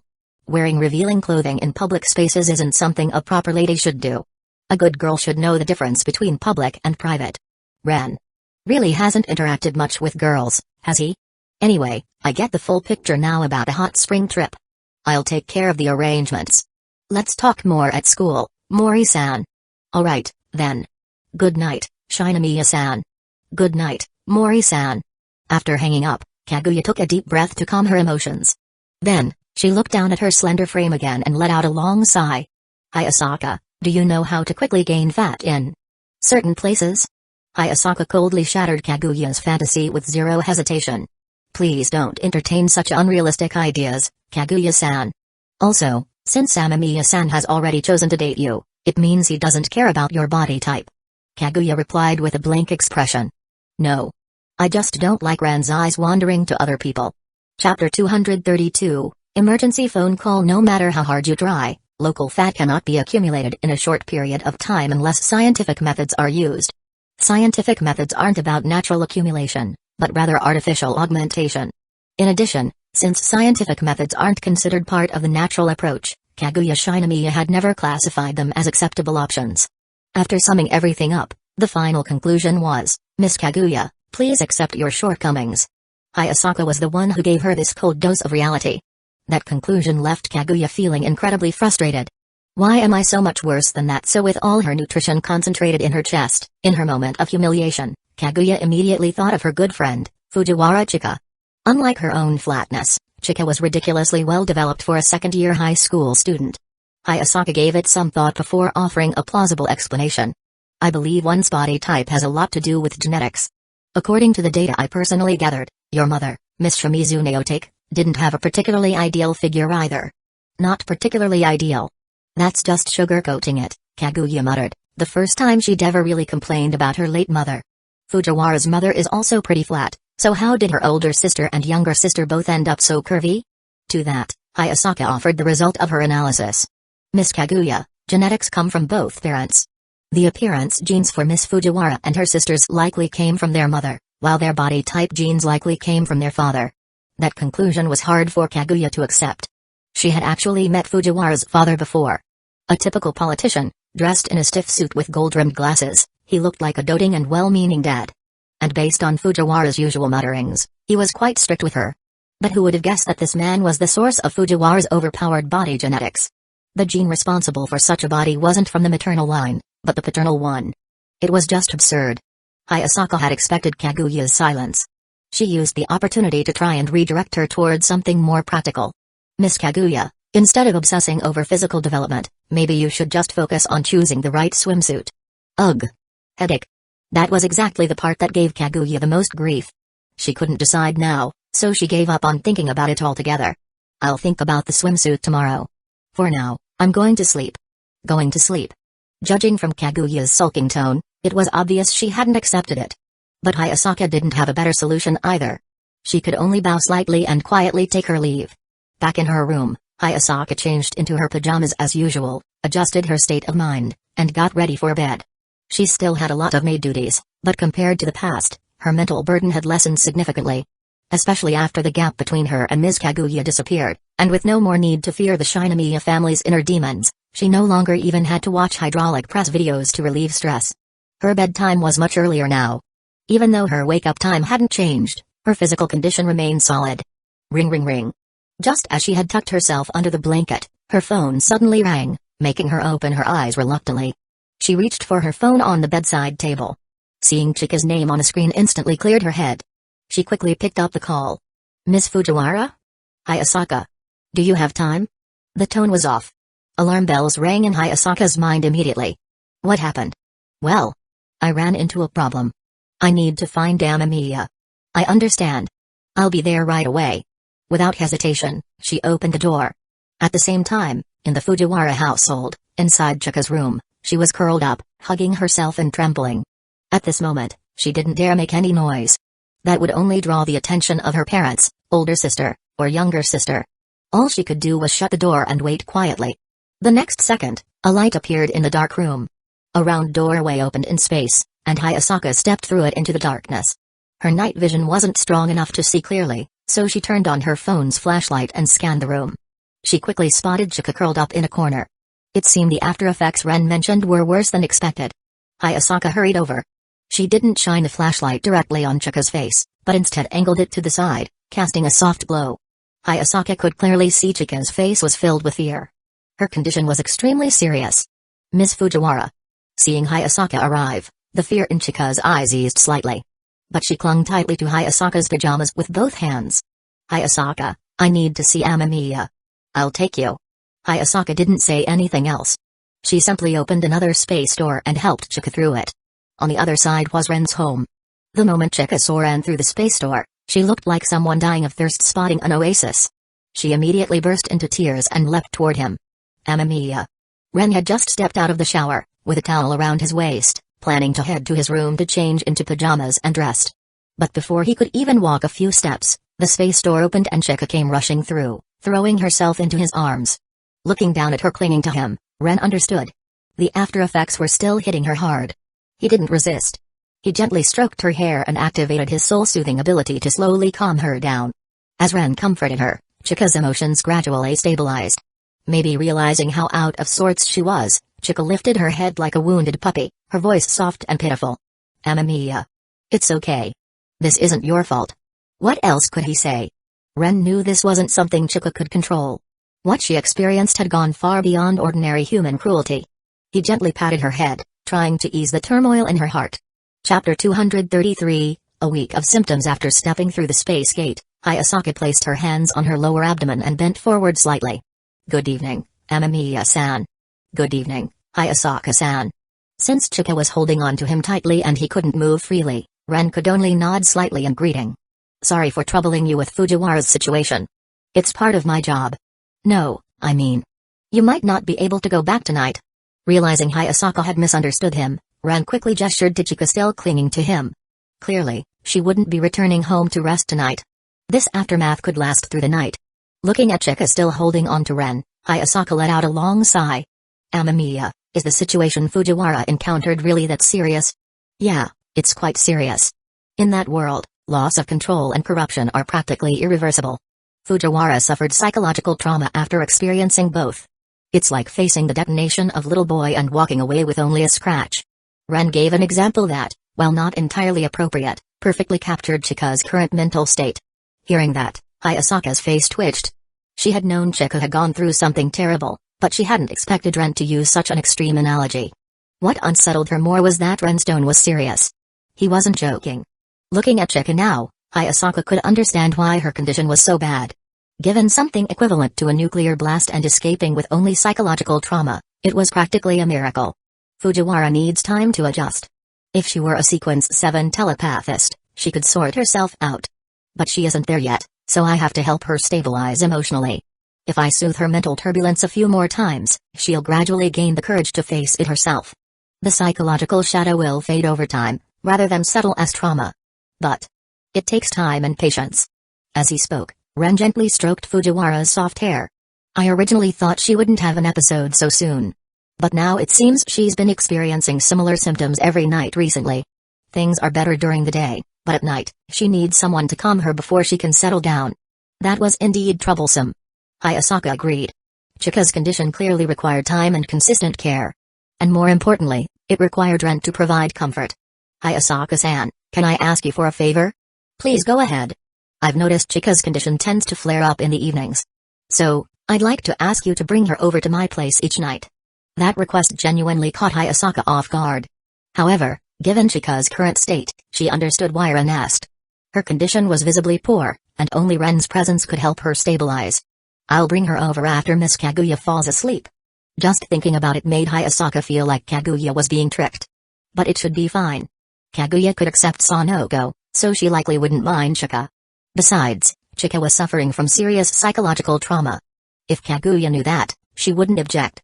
She might look cold, but she was warm-hearted. After weighing it, Hayasaka nodded slightly. I understand. I'll contact Fujiwara after Miss Kaguya falls asleep and bring her here. Amamiya, in that case. Should I stay too? She remembered something similar happening on the last day of the cruise, when she stayed with Chika the whole night. The current situation was clearly close to that. It's necessary. Just like now. Hayasaka, stay with her for a bit. I need to change into pajamas. Hayasaka glanced at Ren, who was currently wearing only a towel. She immediately stepped forward and pried Chika's arms off him. Miss Fujiwara, please compose yourself for now. Right now, the last thing Chika wanted was to leave Ren's side. The trauma and his ability to soothe her emotions made her feel secure only when near him. But Ren couldn't stay like that, dressed in just a towel. Reluctantly, she nodded and tried to control her emotions. Taking the opportunity, Ren returned to his room to change into pajamas. Once he came back, Chika immediately walked up and, just like before, threw her arms around him, burying her face into his chest.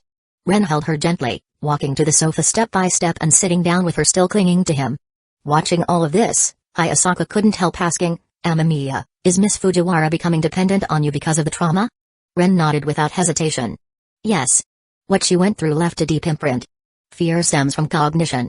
She saw and recognized things that defy human understanding. And when she resists that recognition, fear surges up. The corruption and loss of control affected her deeply.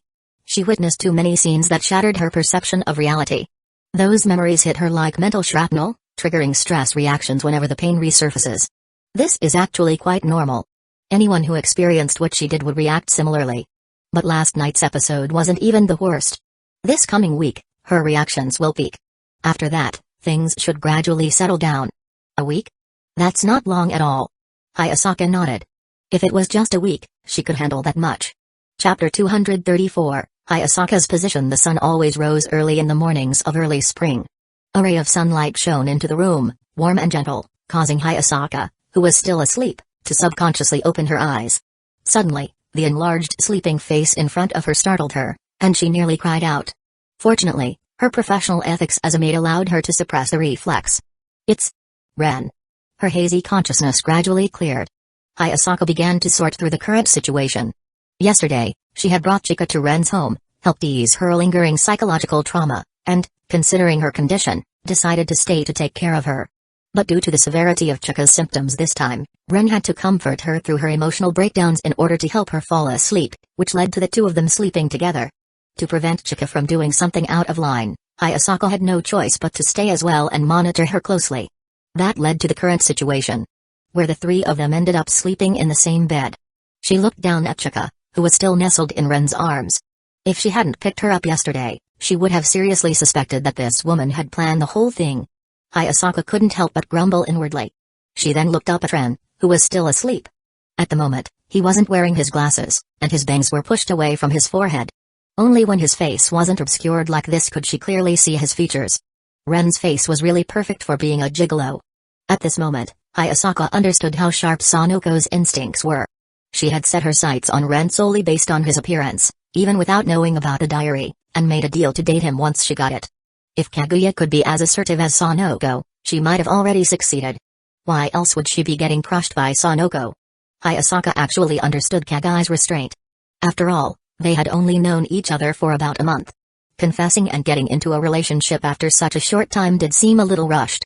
Moreover, Kaguya's personality and upbringing naturally made her approach love with more rationality. There's nothing more to say at this point. Kaguya and Sanoko were on the same track now. As for Chika, it was only a matter of time. Thinking back to how heavily Chika relied on Ren yesterday, seeking comfort in his arms to cope with her fear and trauma, it was obvious that Kaguya hadn't completely fallen into despair yet. Even although it might be a little unfair to Kaguya to say this, Hayasaka felt she had a clearer grasp of her own feelings. She had a crush on Ren, and as she got to know him more, that crush was beginning to deepen. Just like now. If she truly didn't have feelings for him, would she have slept in the same bed as the man in front of her and shared a blanket with him? That was clearly unrealistic. It was only because she didn't dislike him, because she didn't object to it, that she allowed herself to go along with Chika's situation and let things progress in a way that was unfair to Kaguya. Otherwise, how could a girl maintain this level of contact with a guy she didn't even like? Of course it was because she didn't hate him. Faced with a guy she didn't hate, or even liked, and forced to stay with him for a week because of someone else's psychological issues, Hayasaka wasn't sure if she'd be able to hold out. Take Ren right now, for example. Still asleep, with a totally different demeanor from when he was awake. Unlike his cold and slightly gloomy persona during the day, in his sleep, without any deliberate expressions, his relaxed face was calm and even a little childlike. Kaguya really had a sharp eye when it came to men. She was on par with Sanoko. Hayasaka knew this was the first time Kaguya had made such a bold decision, which made her even more certain of Kaguya's taste. Originally, she thought Kaguya would take a long time to make her move, but with Sanoko pressing forward, everything sped up. No wonder people say love is about chasing each other. Without that urgency, you'd never feel the heat of it. But this had nothing to do with her. She was just Kaguya's dowry maid. She would marry along with Kaguya and live with her and the man she chose. Given the current situation, she might even have to take care of their bedroom matters after they were married. If the one she had to take care of was Ren, it wouldn't be too big of a problem. Hayasaka glanced at the time. 5:24. It was about time to get up. Considering the situation at the Shinomiya and Fujiwara households, they had to be careful about their movements. She tidied her pajamas and smoothed her messy hair, then gently pushed Ren, who was still sleeping. Amamiya-san, Amamiya-san. Ren frowned slightly in his sleep, then slowly opened his eyes. Hayasaka-san? Seeing her in front of him as he woke up startled Ren into full awareness almost instantly. Yeah. Amamiya-san, it's still early, but we need to keep an eye on Kaguya-sama, and we also need to make sure Fujiwara's family doesn't notice her condition. Ren shook his head to wake himself up fully. Right. If it could be avoided, it was better to keep Chika's condition hidden from her family. It wasn't that her issues were untreatable. But if her family found out right now, it could make things unnecessarily complicated. It was better to handle it quietly without alarming anyone. How's Fujiwara-san?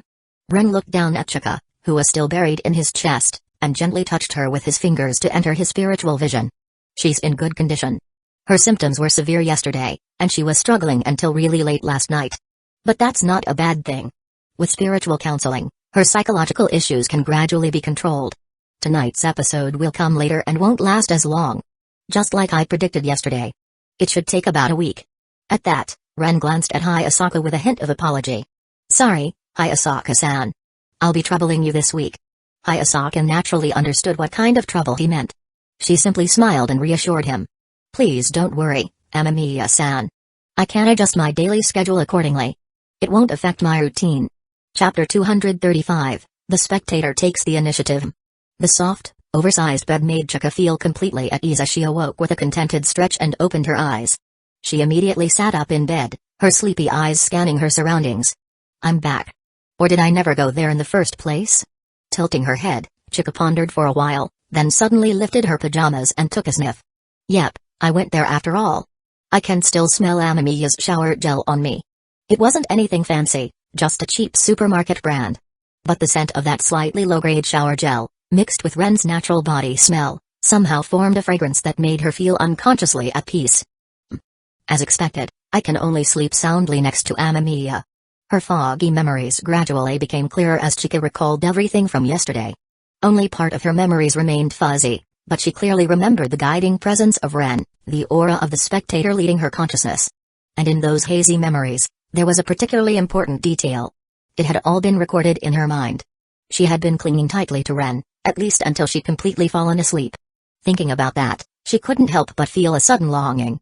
It was so warm. In that dreamy state, the comfort and calm she felt became a part of her most cherished memories. That warm embrace had the power to dispel her deepest fears and coldest memories, giving her the courage to move forward once more. And that got her thinking. Should I pretend to be scared again today and go bother Hayasaka? I heard that, Miss Fujiwara. An air door opened right in front of her, and the person standing on the other side was none other than Hayasaka. The very person she'd just thought about teasing. Ahahaha. Hayasaka, up so early this morning? Thanks for the concern. Amamiya and I just brought you back. I've only just changed out of my pajamas into my school uniform. Hayasaka responded to Chika's playful tone with her usual flat expression. Her assessment of this woman remained accurate. From the moment she woke up, she could tell Chika was not far from a full emotional fall. Also, there's no point trying to fool me.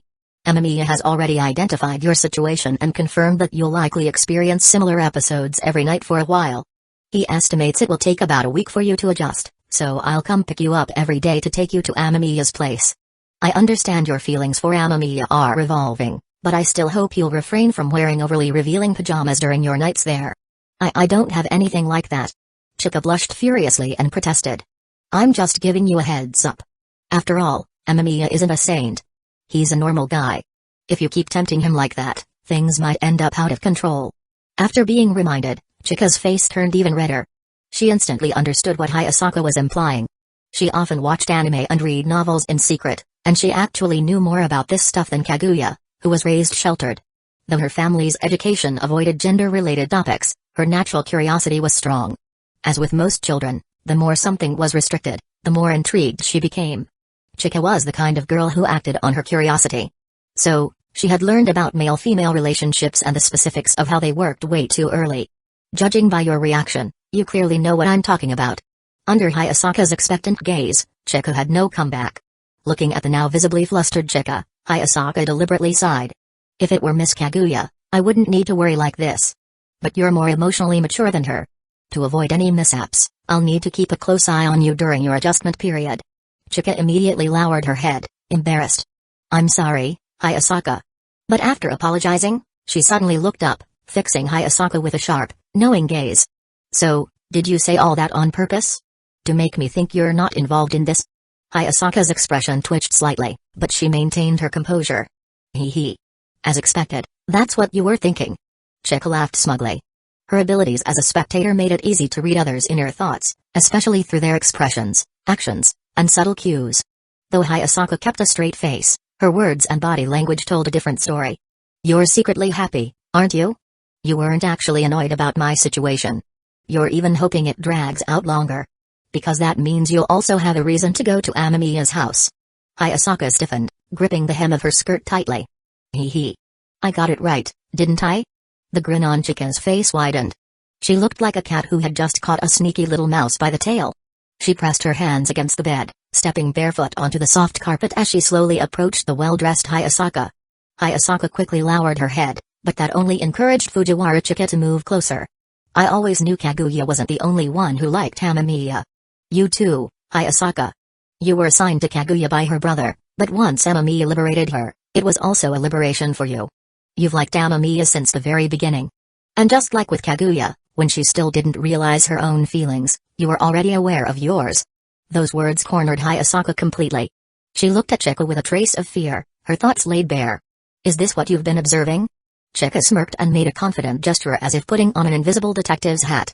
Don't underestimate me, beloved Detective Fujiwara Chika. I may not have been that good before, but with the power of a spectator, my observation skills are top tier now. There's no way Kaguya could like the student council president without me knowing. With a triumphant expression, Chika leaned in with a grin. So, Hayasaka, I'm guessing you don't want Kaguya to find out that you've betrayed her again, right? Chapter 236, Why do you think I don't know? It was Friday night, and everyone was getting ready for the hot spring trip to Tochigi Prefecture scheduled for the next morning. But not everyone was acting the same. For example, Chika, who once again arrived at Ren's house right on schedule. Amamiya, good evening. Her greeting came with a warm bear hug. Ren looked at the increasingly attached Chika and then at Hayasaka, letting out a sigh. So, you two plan this? As if she understood the meaning behind his gaze, Hayasaka closed her eyes and lowered her head slightly. That only made Ren more certain of his suspicion. They really had discussed it. Even though he was a little slow to pick up on things at times, the treatment sessions had been moved earlier each of the past 5 days, and Chika's mental state improved more and more after each visit. By now she had almost no psychological issues left. If Ren hadn't noticed something was off with that pattern, that would have been more surprising. Under Ren's touch, Chika had transformed into a spoiled cat, even letting out contented purring sounds. Then came a sudden knock. Bang! A sharp smack landed on Chika's head. She looked up blankly at Ren, holding her head. It hurts. Why do you hit me? What do you think? Ren rolled his eyes in annoyance. But when he saw her rubbing the spot he hit, he thought maybe he went too far, so he gently pushed her hand away and used his spiritual hand to soothe the area. Feeling the pain fade and comfort setting in, Chika leaned against Ren again. You're already fine now, but you still dragged Hayasaka into your scheme. Enjoying Ren's touch, Chika realized she'd been found out. Still, she smiled. So you noticed, huh? What do you think? Ren sighed. You had a real psychological breakdown on Monday, and your condition clearly improved on Tuesday and Wednesday. I thought I could assess your state a bit earlier, but you started showing up even earlier on Thursday. And yesterday? There weren't any symptoms at all, right? But you still came today. You addicted or something? Chika nodded with a cheerful smile. Well, I've gotten used to it. But it's Ren's fault. Your scent is just too comforting. Being next to you feels even better than curling up in a warm blanket. Ren couldn't help but laugh, though it was more out of helplessness. He knew exactly why this was happening. His level of integration with the river of eternal darkness was steadily increasing. As this resonance grew stronger, he began to exude certain traits associated with it. Eternal slumber. Darkness. The end. These were all descriptors of the river of eternal darkness. As the resonance deepened, those characteristics began to subtly manifest in him. They weren't easily noticeable, but since Chika walked the spectator pathway, which focused on perception and spirit, it was only natural that she could pick up on those changes more easily. I really don't know if I should call you sensitive or just too sharp. The moment he said that, Chika's eyes lit up with curiosity. What? What's that supposed to mean? Are you hiding something? Ren tapped her gently on the forehead. Rein in your curiosity. The stuff I'm talking about is way beyond just corruption or a loss of control. Don't poke too deep once you step into the path of sequences. Knowledge is a kind of poison. Knowledge is a kind of poison. Chika had heard that phrase from Ren many times before. Even though her curiosity hadn't faded, she knew not to ask further. I get why you're doing this. But how did you convince Hayasaka to go along with it? You know she hates betraying Kaguya more than anything. So how'd you win her over? Hayasaka tried to turn her head away, lowering her gaze. That reaction only made Ren more curious. What did Chika do to sway Hayasaka? Then, Chika answered with a mischievous smile. It was actually super simple. Hayasaka likes you. Hearing that, Ren froze for a second and turned to look at Hayasaka with a knowing look. Hayasaka nodded helplessly with her head still lowered. Seeing her nod, Ren was left speechless. Chika stared at Ren with disbelief and finally couldn't help blurting out, Ren, aren't you surprised? Ren's mind was full of question marks. He looked over at Hayasaka, who was also staring at him in disbelief. Neither of them had expected such a flat reaction. At that moment, Ren finally realized. These two really thought he was an idiot. He took a deep breath. Hayasaka, come here. Startled, Hayasaka stepped forward as ordered. Bang. He gave her a solid karate chop to the head. Hayasaka held her head in pain, staring at him with big, confused eyes like a startled animal. You bring Fujiwara here every single day, she stays overnight, and you even let her sleep in my bed. Do you really think I'm stupid? That I wouldn't notice with hints that obvious? After lecturing Hayasaka, Ren reached out and grabbed Fujiwara Chika's cheeks with both hands. And you, Fujiwara. It's one thing if Hayasaka didn't realize it, but why do you think I wouldn't?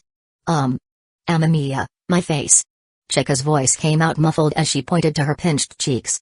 Ren let go, and she rubbed her reddened face while glaring at him. I always sleep in your arms. How could I see your expressions or actions? You carry me back to my room in the morning, so I never get the chance. Because she hadn't directly observed anything, she hadn't realized Ren already knew about Hayasaka long ago. Chika looked up pitifully, hands still on her cheeks. I thought you'd treat Kaguya and Sanoko the same way. Ren was speechless. What did Hayasaka even do? She's just like you. You're literally throwing yourself at me. And you expect me not to know what you're thinking? Hayasaka's already lying in my bed. You think I still don't get what she's feeling? Am I supposed to be that dumb? Chapter 237, I will slowly change. After complaining for a while, Ren continued to comfort Chika and also gave her a final checkup. Well, it's almost certain that your psychological issues have almost fully recovered. There were no signs of any outbursts yesterday, and the day before, there were only minor problems. Time is still a very important remedy. As time passed, coupled with Chika's emotional fluctuations over the past 2 days, Ren realized that she was completely suppressing the shadow left by her trauma with another emotion. That emotion most likely came from him, and there were even some lustful elements mixed into it. Yeah.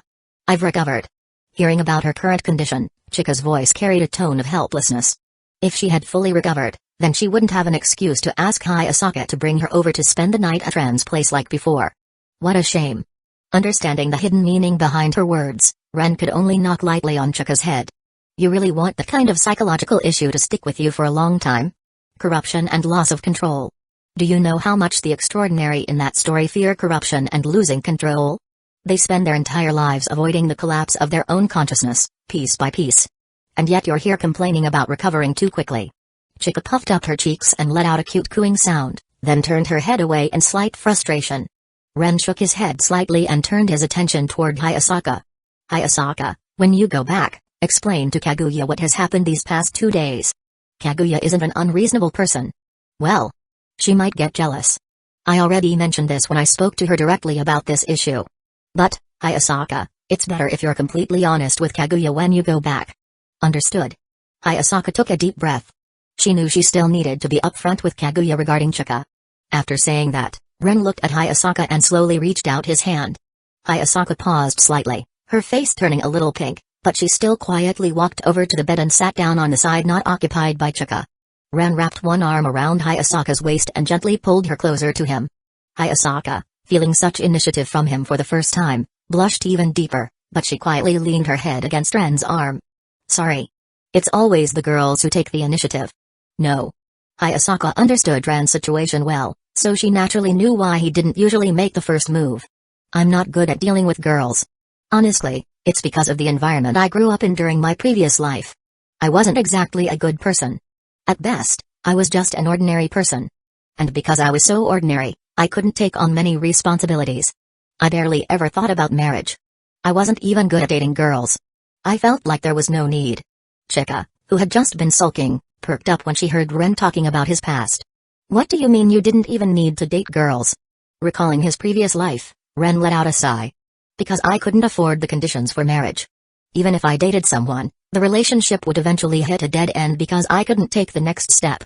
I almost never interacted with girls. I was a complete homebody. After graduation, I found a job that allowed me to work from home. Since I never went out, I didn't have opportunities to meet anyone. So, it's not that I wanted girls to take the initiative. I just genuinely didn't know how to approach them. Besides, I always worried whether any affection I thought I sensed was just my own delusion. Back then, there was a saying about the 3 great illusions in life. First, that your phone is vibrating. Second, that you can win a fight. And third, that she likes you. I was just an ordinary person, both in my decades of my previous life and in the 15 years of this life so far.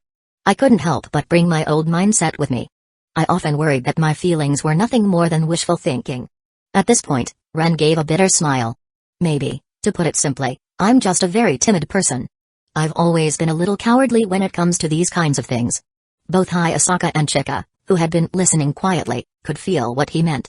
Because of these lingering insecurities, Ren would subconsciously keep a distance in his heart. It wasn't that he didn't like them.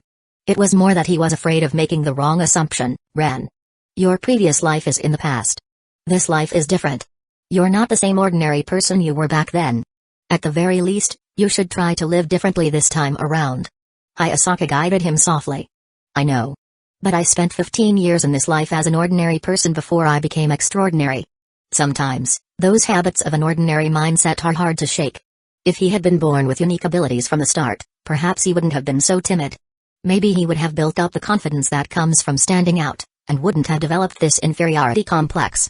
But fate had given him the chance to become extraordinary only after those 15 years of ordinary life. Even when faced with that opportunity, Ren had approached it cautiously. It took him a whole year of trial and error before he was able to step through that door. So, Ren admitted to himself that he needed time to change. To slowly shift the way he viewed the world and the way he interacted with others. It wasn't about changing his core beliefs or his values. It was about changing how he related to people. In fact, I've only been working on this change for about a month. The two girls suddenly realized. Ever since the first diary entry appeared, it had only been a month. Ren's transformation had only just begun during this short time. It was natural that he hadn't changed completely yet. I used to be overly cautious, but at least now I can be sure about some things. For example, Kaguya's confession, Sanuko's feelings, and your love, Fujiwara, as well as yours, Hayasaka. After all, no matter how dense I am, I don't believe a girl who wants to come to a guy's house every day, clings to him all the time, and constantly tries to spend the night at his place has no feelings for him. Hearing this, both Chika and Hayasaka blushed slightly. After all, they had been doing exactly that over the past week. In the future, I'll try to slowly change the way I handle these things. But I can't help feeling that this kind of change might make me seem like a scumbag. Well, I guess that way of thinking also needs to change. Chapter 238, Who Doesn't Like Cute Maids? Saturday morning, 5:30 a.m., Ren's house. Awakened by her internal clock, Hayasaka opened her eyes as usual. Normally, her biological clock would have her up even earlier, but out of consideration for Ren and Chika, who had been sleeping in over the past week, she had been adjusting her schedule, sleeping nearly half an hour longer each day. Lately, whenever she opened her eyes, she would always see the calm and adorable sleeping face beside her. But today, the feeling was a bit different. From today onward, she would be standing on the same starting line as Miss Kaguya. Hayasaka felt an unfamiliar sense of security and belonging, something she had never experienced before. In this moment, she finally understood a little why Chika was so greedy for Ren's embrace. Now that she had experienced it herself, she understood completely. Thinking this, Hayasaka shifted her body into Ren's arms, burying her face against his chest. Just as Chika had said, Ren's embrace really did give off an incredibly comforting feeling. Peaceful and warm, making her want to continue enjoying the moment without getting up. Even though her maid training and discipline told her otherwise. Maybe because of her movements, Hayasaka suddenly heard a faint sound. She looked up from Ren's arms and saw him slowly opening his eyes. The hand resting on her waist moved slightly and instinctively pinched her hip. The unexpected action startled Hayasaka a little, and she looked up, locking eyes directly with Ren. The shy Hayasaka and the half-awake, stunned Ren met each other's gaze. The sensation from his hand, combined with Hayasaka's bashful expression, immediately made Ren realize exactly where his hand was. Just as Ren was about to say something, Hayasaka quickly reached out and covered his mouth. With a soft tone and a bit of embarrassment, she leaned closer to his ear. Don't wake up Fujiwara. Ren took a deep breath, nodded slightly, and quietly moved his hand away from Hayasaka's hip. The two of them began to get up with the quiet understanding they had developed over the past week. Hayasaka sat up carefully, gently lifting the quilt. Ren, using tentacles formed from the gray fog, picked up Chika, waiting until he was fully standing before carrying her directly. Hayasaka got out of bed at the same time, composed herself, and then opened the space door leading to Chika's room. Working together seamlessly, they returned Chika to her original bed without waking her. After completing the task, the two quietly returned to Ren's room. Hayasaka walked ahead, saying nothing. She simply closed her eyes and stood on tiptoe. Ren took a deep breath, lowered his head slightly, and kissed her lips, bare of any makeup. After a long moment, the two parted naturally. Hayasaka opened her eyes, filled with a gentle smile. You should practice your kissing skills more. Miss Kaguya isn't the type to take the initiative. She's much more timid than Sanoko. Some things will require a bit of guidance. But it's fine. Whenever you need, I'll be happy to help you practice, my master. Her thoughtful maid demeanor made Ren's heart race uncontrollably. Who doesn't like a sweet, attentive, and cute maid? At that moment, Ren made what could be considered his first bold request. He hugged Hayasaka tightly. Hayasaka, can you stay with me for a while longer? Held tightly in his arms, Hayasaka blushed deeply, her expression softening into acceptance. Of course. Under the excuse of practice, Hayasaka stayed at Ren's house for another half hour. At 6:11 a.m., a space door opened in Hayasaka's room, and she returned, still in her pajamas. Back in her room, Hayasaka lowered the flush on her face slightly, but she couldn't help bringing her hands up to cover her cheeks. Ah! Why did I say something so bold to Amamiya? And offering to help him practice kissing with Miss Kaguya. Wasn't that like challenging Miss Kaguya directly? Caught up in the mood of the moment, Hayasaka had acted on impulse, doing things she wouldn't normally dare. Now that she was back in her room, she finally realized how daring she had been. At this moment, Hayasaka fully recognized that her behavior had definitely crossed the line with Miss Kaguya. Fortunately, the soundproofing of the Shinomiya family mansion was excellent. Otherwise, someone outside might have overheard her. After reflecting on her reckless behavior, Hayasaka gradually calmed herself down. Well, it's fine. Amamiya won't tell Miss Kaguya about this. As long as I don't mention my overstepping, she won't find out. Although she had once vowed never to betray Miss Kaguya, Hayasaka decided that, at least for now, she wouldn't explain the kiss to her. Of course, she wouldn't lie about her feelings for Ren either. In fact, Hayasaka knew she couldn't hide her emotions, especially since she needed to be upfront about Chika. If she pretended otherwise, it would be the true betrayal. Steeling herself, Hayasaka took a deep breath. As long as I don't deny my feelings for Ren, it's fine. She walked to the full-length mirror in her room and checked her lips carefully. Not particularly red. Both she and Ren lacked much experience. Their kiss was more instinctive exploration than any sort of skilled practice. Aside from the kiss, the two of them had been very well behaved. Hayasaka could feel that Ren had been a bit impulsive this time. But she didn't dislike it at all. On the contrary, it proved that Ren wasn't completely indifferent to them. There had only been an invisible wall between them before. Now, that wall was beginning to crumble. Gently patting her cheeks, Hayasaka confirmed that she had returned to her usual composed maid mode, then quietly left her room. Next, she needed to confess to Kaguya everything that had happened this past week. Chapter 239, This is it? 7:45 in the morning, in Kaguya's room. So, you're saying that over the past week, you've been sending Fujiwara to Amamiya to deal with her sudden psychological issues? Yes. And during that week, after addressing her psychological problem, Fujiwara Chika, the Sao, stayed at Amamiya's house. You also stayed there to prevent the Sao from doing anything unnecessary, right? Yes. Finally, during that time, you realized your own feelings for Amamiya and witnessed Fujiwara Chika, the Sao, expressing her feelings for him as well? Yes. A series of yeses made Kaguya, still in her pajamas, feel her blood pressure rising uncontrollably. I'm not angry. I'm not angry. It's just that my friend and my maid both stayed at my boyfriend's house. It's just that the Sao was nestled in Amamiya's arms out of boredom. Until now, Kaguya had considered Sanoko her biggest rival, but now her own friend and her maid had each stolen a first from her, one after another. Fujiwara's condition on Monday was truly terrible. I got a call from her when I was about to return to my room to sleep. Hearing the trembling in her voice, I rushed over immediately. That night, Fujiwara was curled up in a dark corner, trying to avoid being discovered by her family. Hayasaka knew Kaguya was extremely angry, so she carefully explained Chika's situation from that Monday night. The furious Kaguya frowned. She didn't believe Hayasaka would lie about something like this. Was Fujiwara really in that bad of a state? Yes. Hayasaka bowed slightly. After I brought Miss Fujiwara to Amamiya's place, Amamiya has been the one comforting her through her emotional instability. That day, Amamiya also briefly explained to me the situation that Miss Fujiwara was facing. He compared it to standing at ground zero of the little boy explosion. Miss Fujiwara was extremely lucky to have gotten away with just a few scratches. Kaguya Shinomiya's expression twitched several times. The little boy explosion? That was a death sentence. To come away with only a few scratches? That would mean being completely incinerated, then somehow being reconstructed back into existence. Loss of control and corruption. Is it really that serious?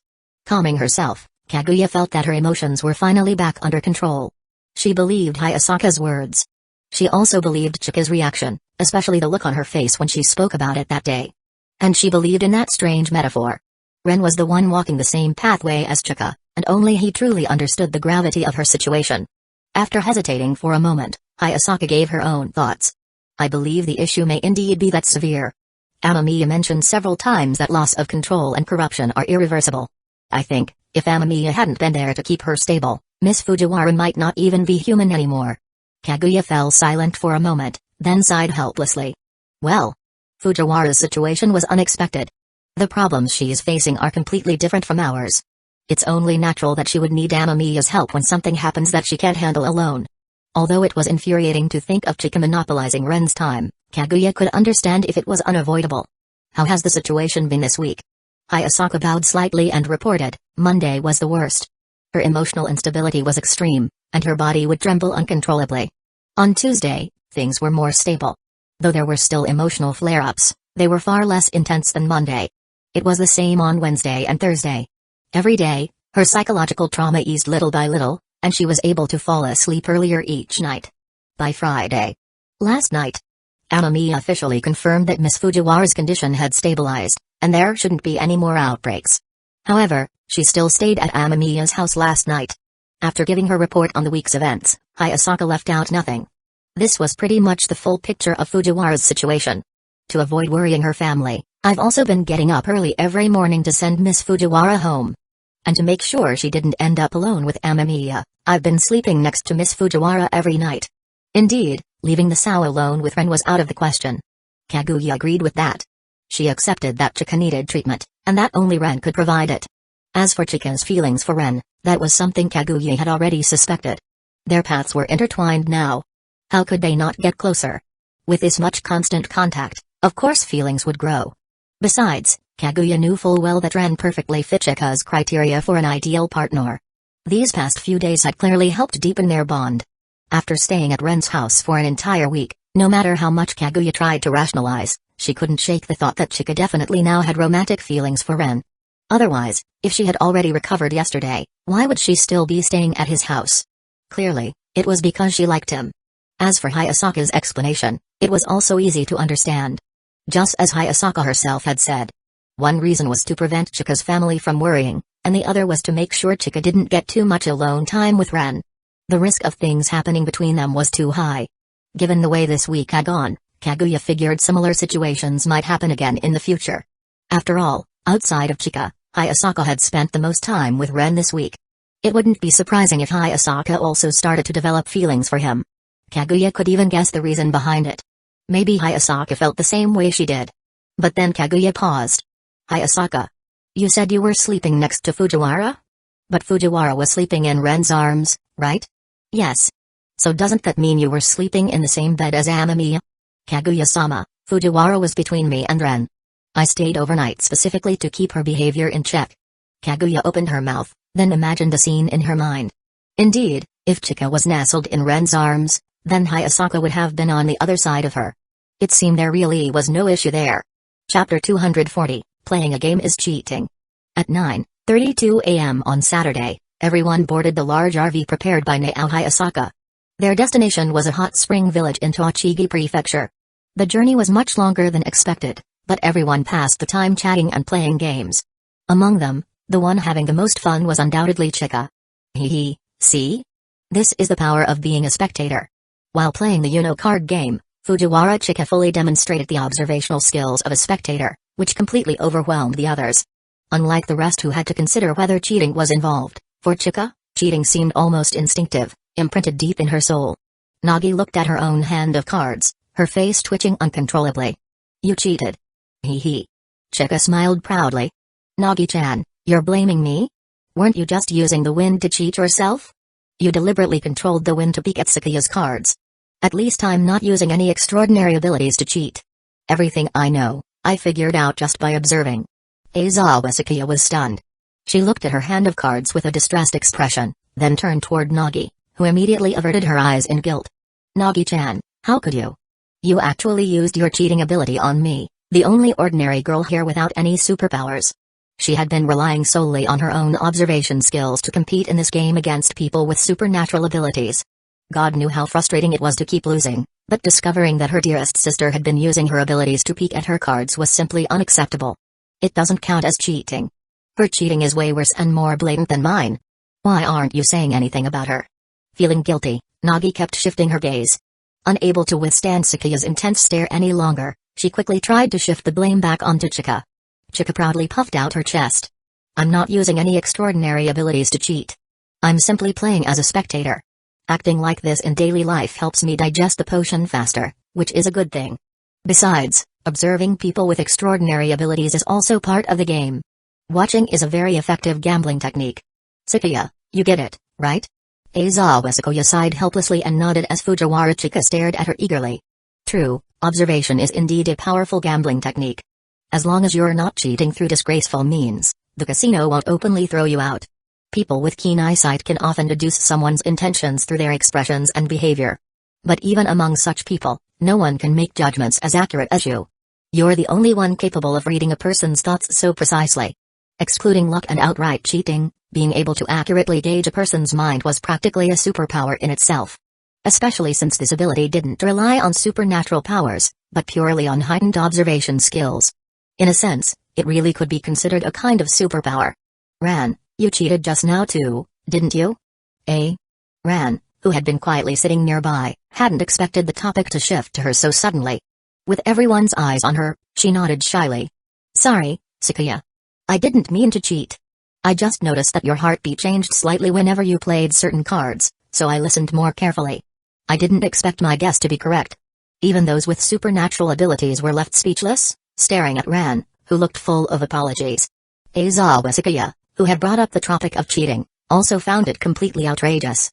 The RV may be quiet, but for you to pick up on heartbeats like that.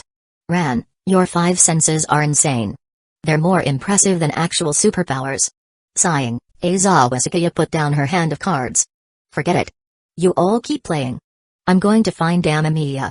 Trying to play games against a group of cheaters who were using superpowered methods felt hopeless. It was too easy to get crushed in a game where the cheating couldn't even be easily detected. She walked down the RV's aisle toward the second floor. When Aizawa Sakuya reached the second floor, she found Ren seated at a long table, lighting incense and drawing a strange ray on the table with white chalk. He seemed deeply focused on his research. Seeing how seriously Ren was working, she quietly sat down beside him and watched. She noticed that the incense smoke began to swirl around the array as if being drawn into it. The chalk-drawn array on the table also began to rotate in a strange pattern. The scale of the array gradually shrank, and the smoke sank rapidly into it. When the smoke fully entered the spinning array, a brilliant flash of light erupted, temporarily blinding Aizawa Sakuya. Her consciousness grew hazy, but her vision quickly returned.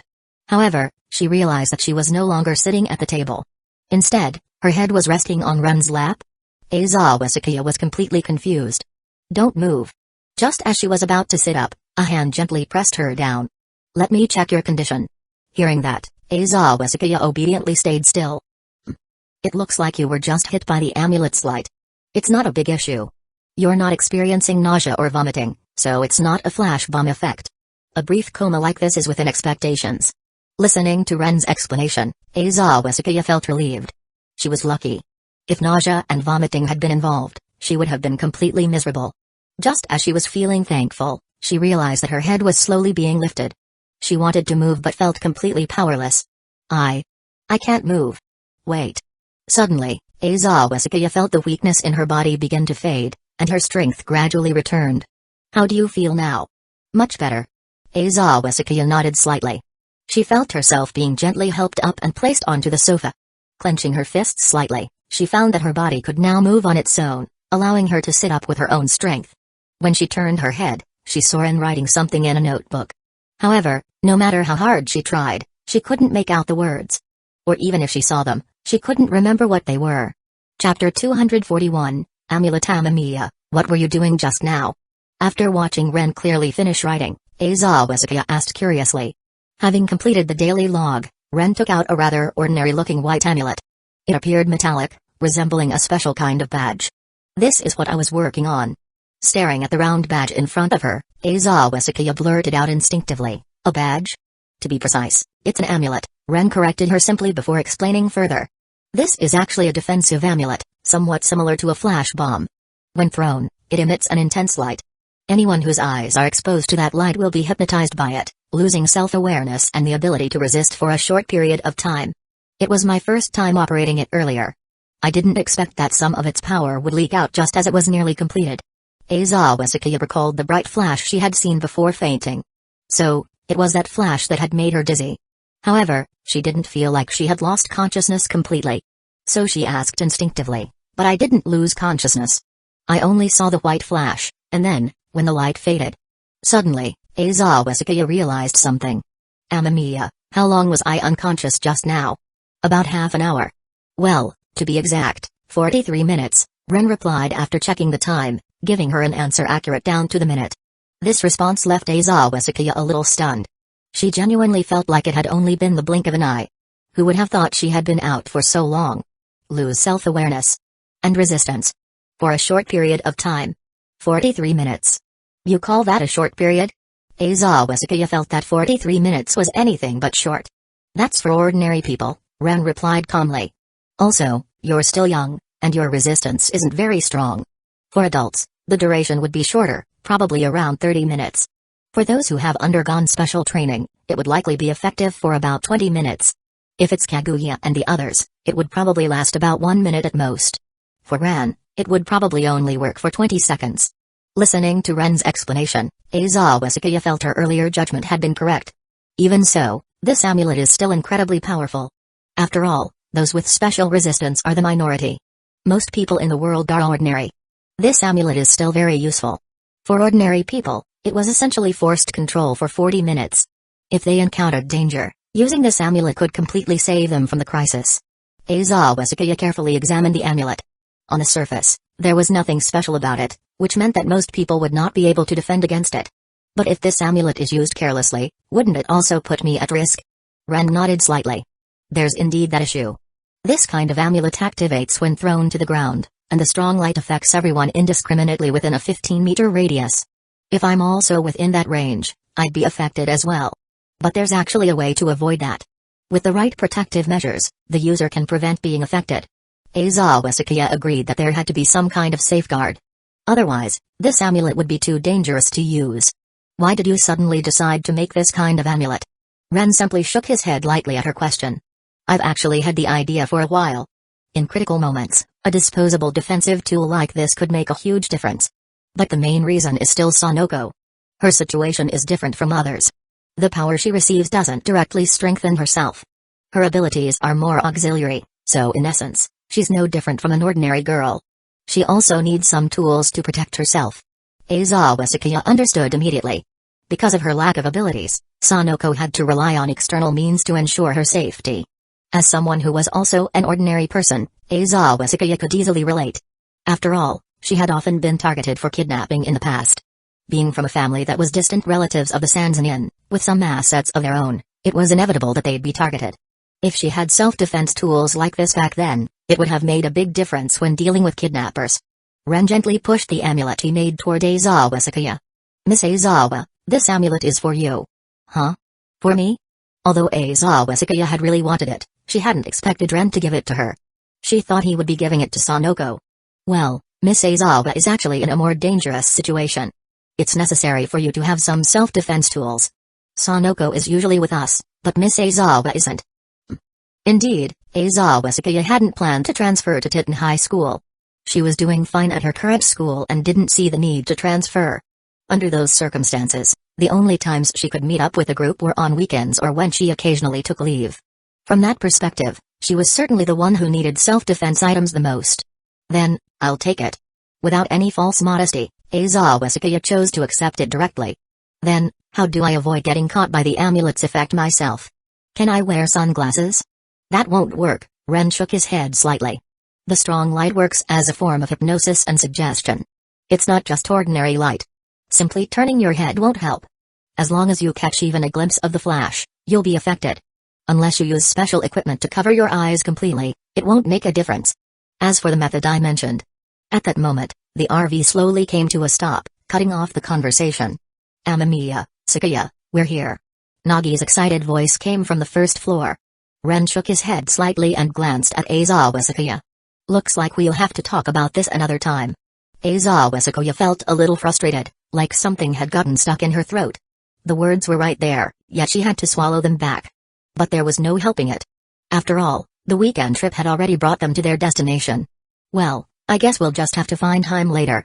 Chapter 242, Deep Mountain Hot Spring. In the hot spring hotel we booked is located deep in the mountains of Tochigi Prefecture, but judging by the condition of the road, it is well maintained and does not look like a road that has been left neglected for long.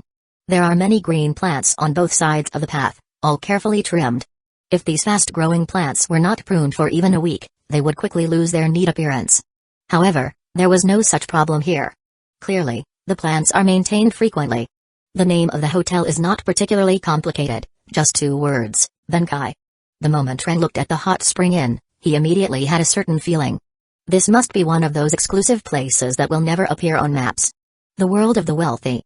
I really don't understand it. Shaking his head, Ren reminded himself that his knowledge came from the perspective of an ordinary person. Naturally, he did not possess the mindset of the rich. Although he had read many novels about the ultra-rich in the past, he had also seen many comments claiming that most of the scenarios in such novels were just fantasy.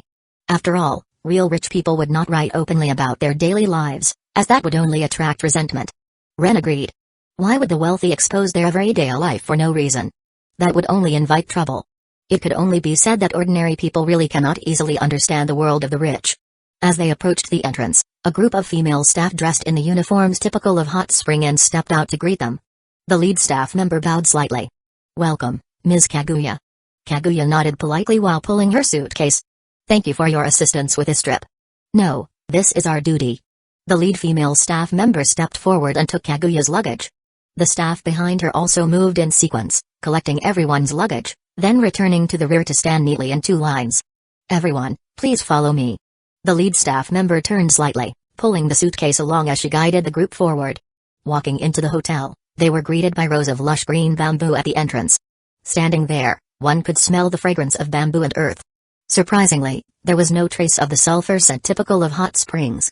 After passing through the dining area and entertainment section, they reached the residential quarters. Along the way, Ren found himself a little dazzled.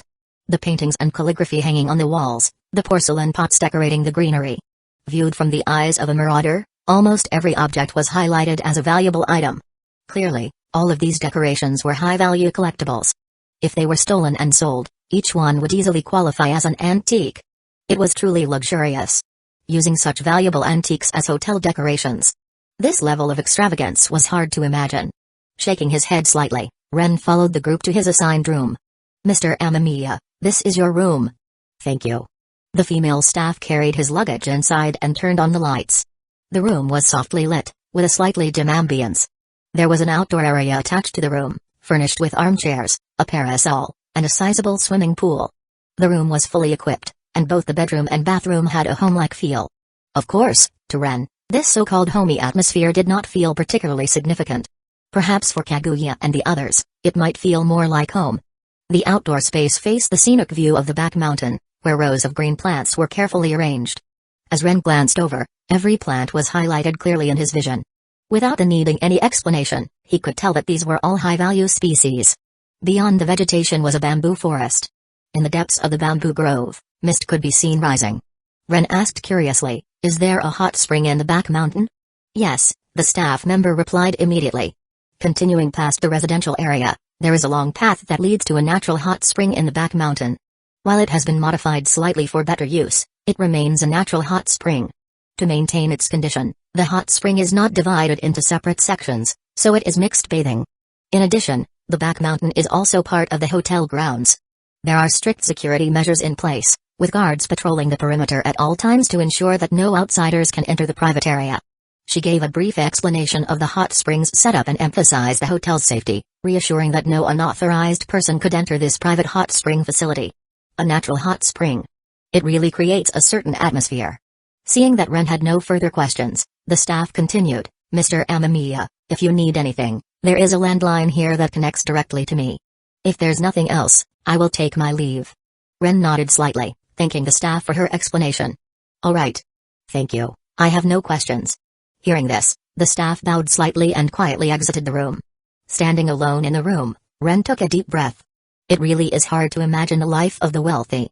Shaking his head, he began unpacking his suitcase, taking out his belongings one by one.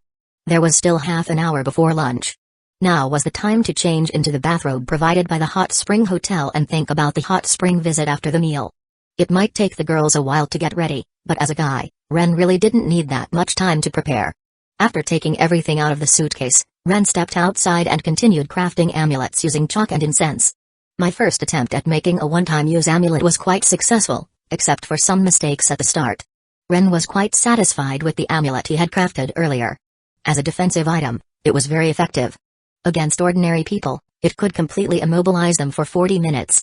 In addition to the control effect, There was also a very specific amulet designed to weaken and disable the target. Pray to yourself, then respond to your own prayers. Although the process is a bit troublesome, the results are pretty good. It feels somewhat like a gift system, only in the form of props. Next, maybe I could try making some items mixed with extraordinary abilities. I'm not sure whether the gift system can produce such props. Ren was uncertain about this and knew he would have to experiment to find out.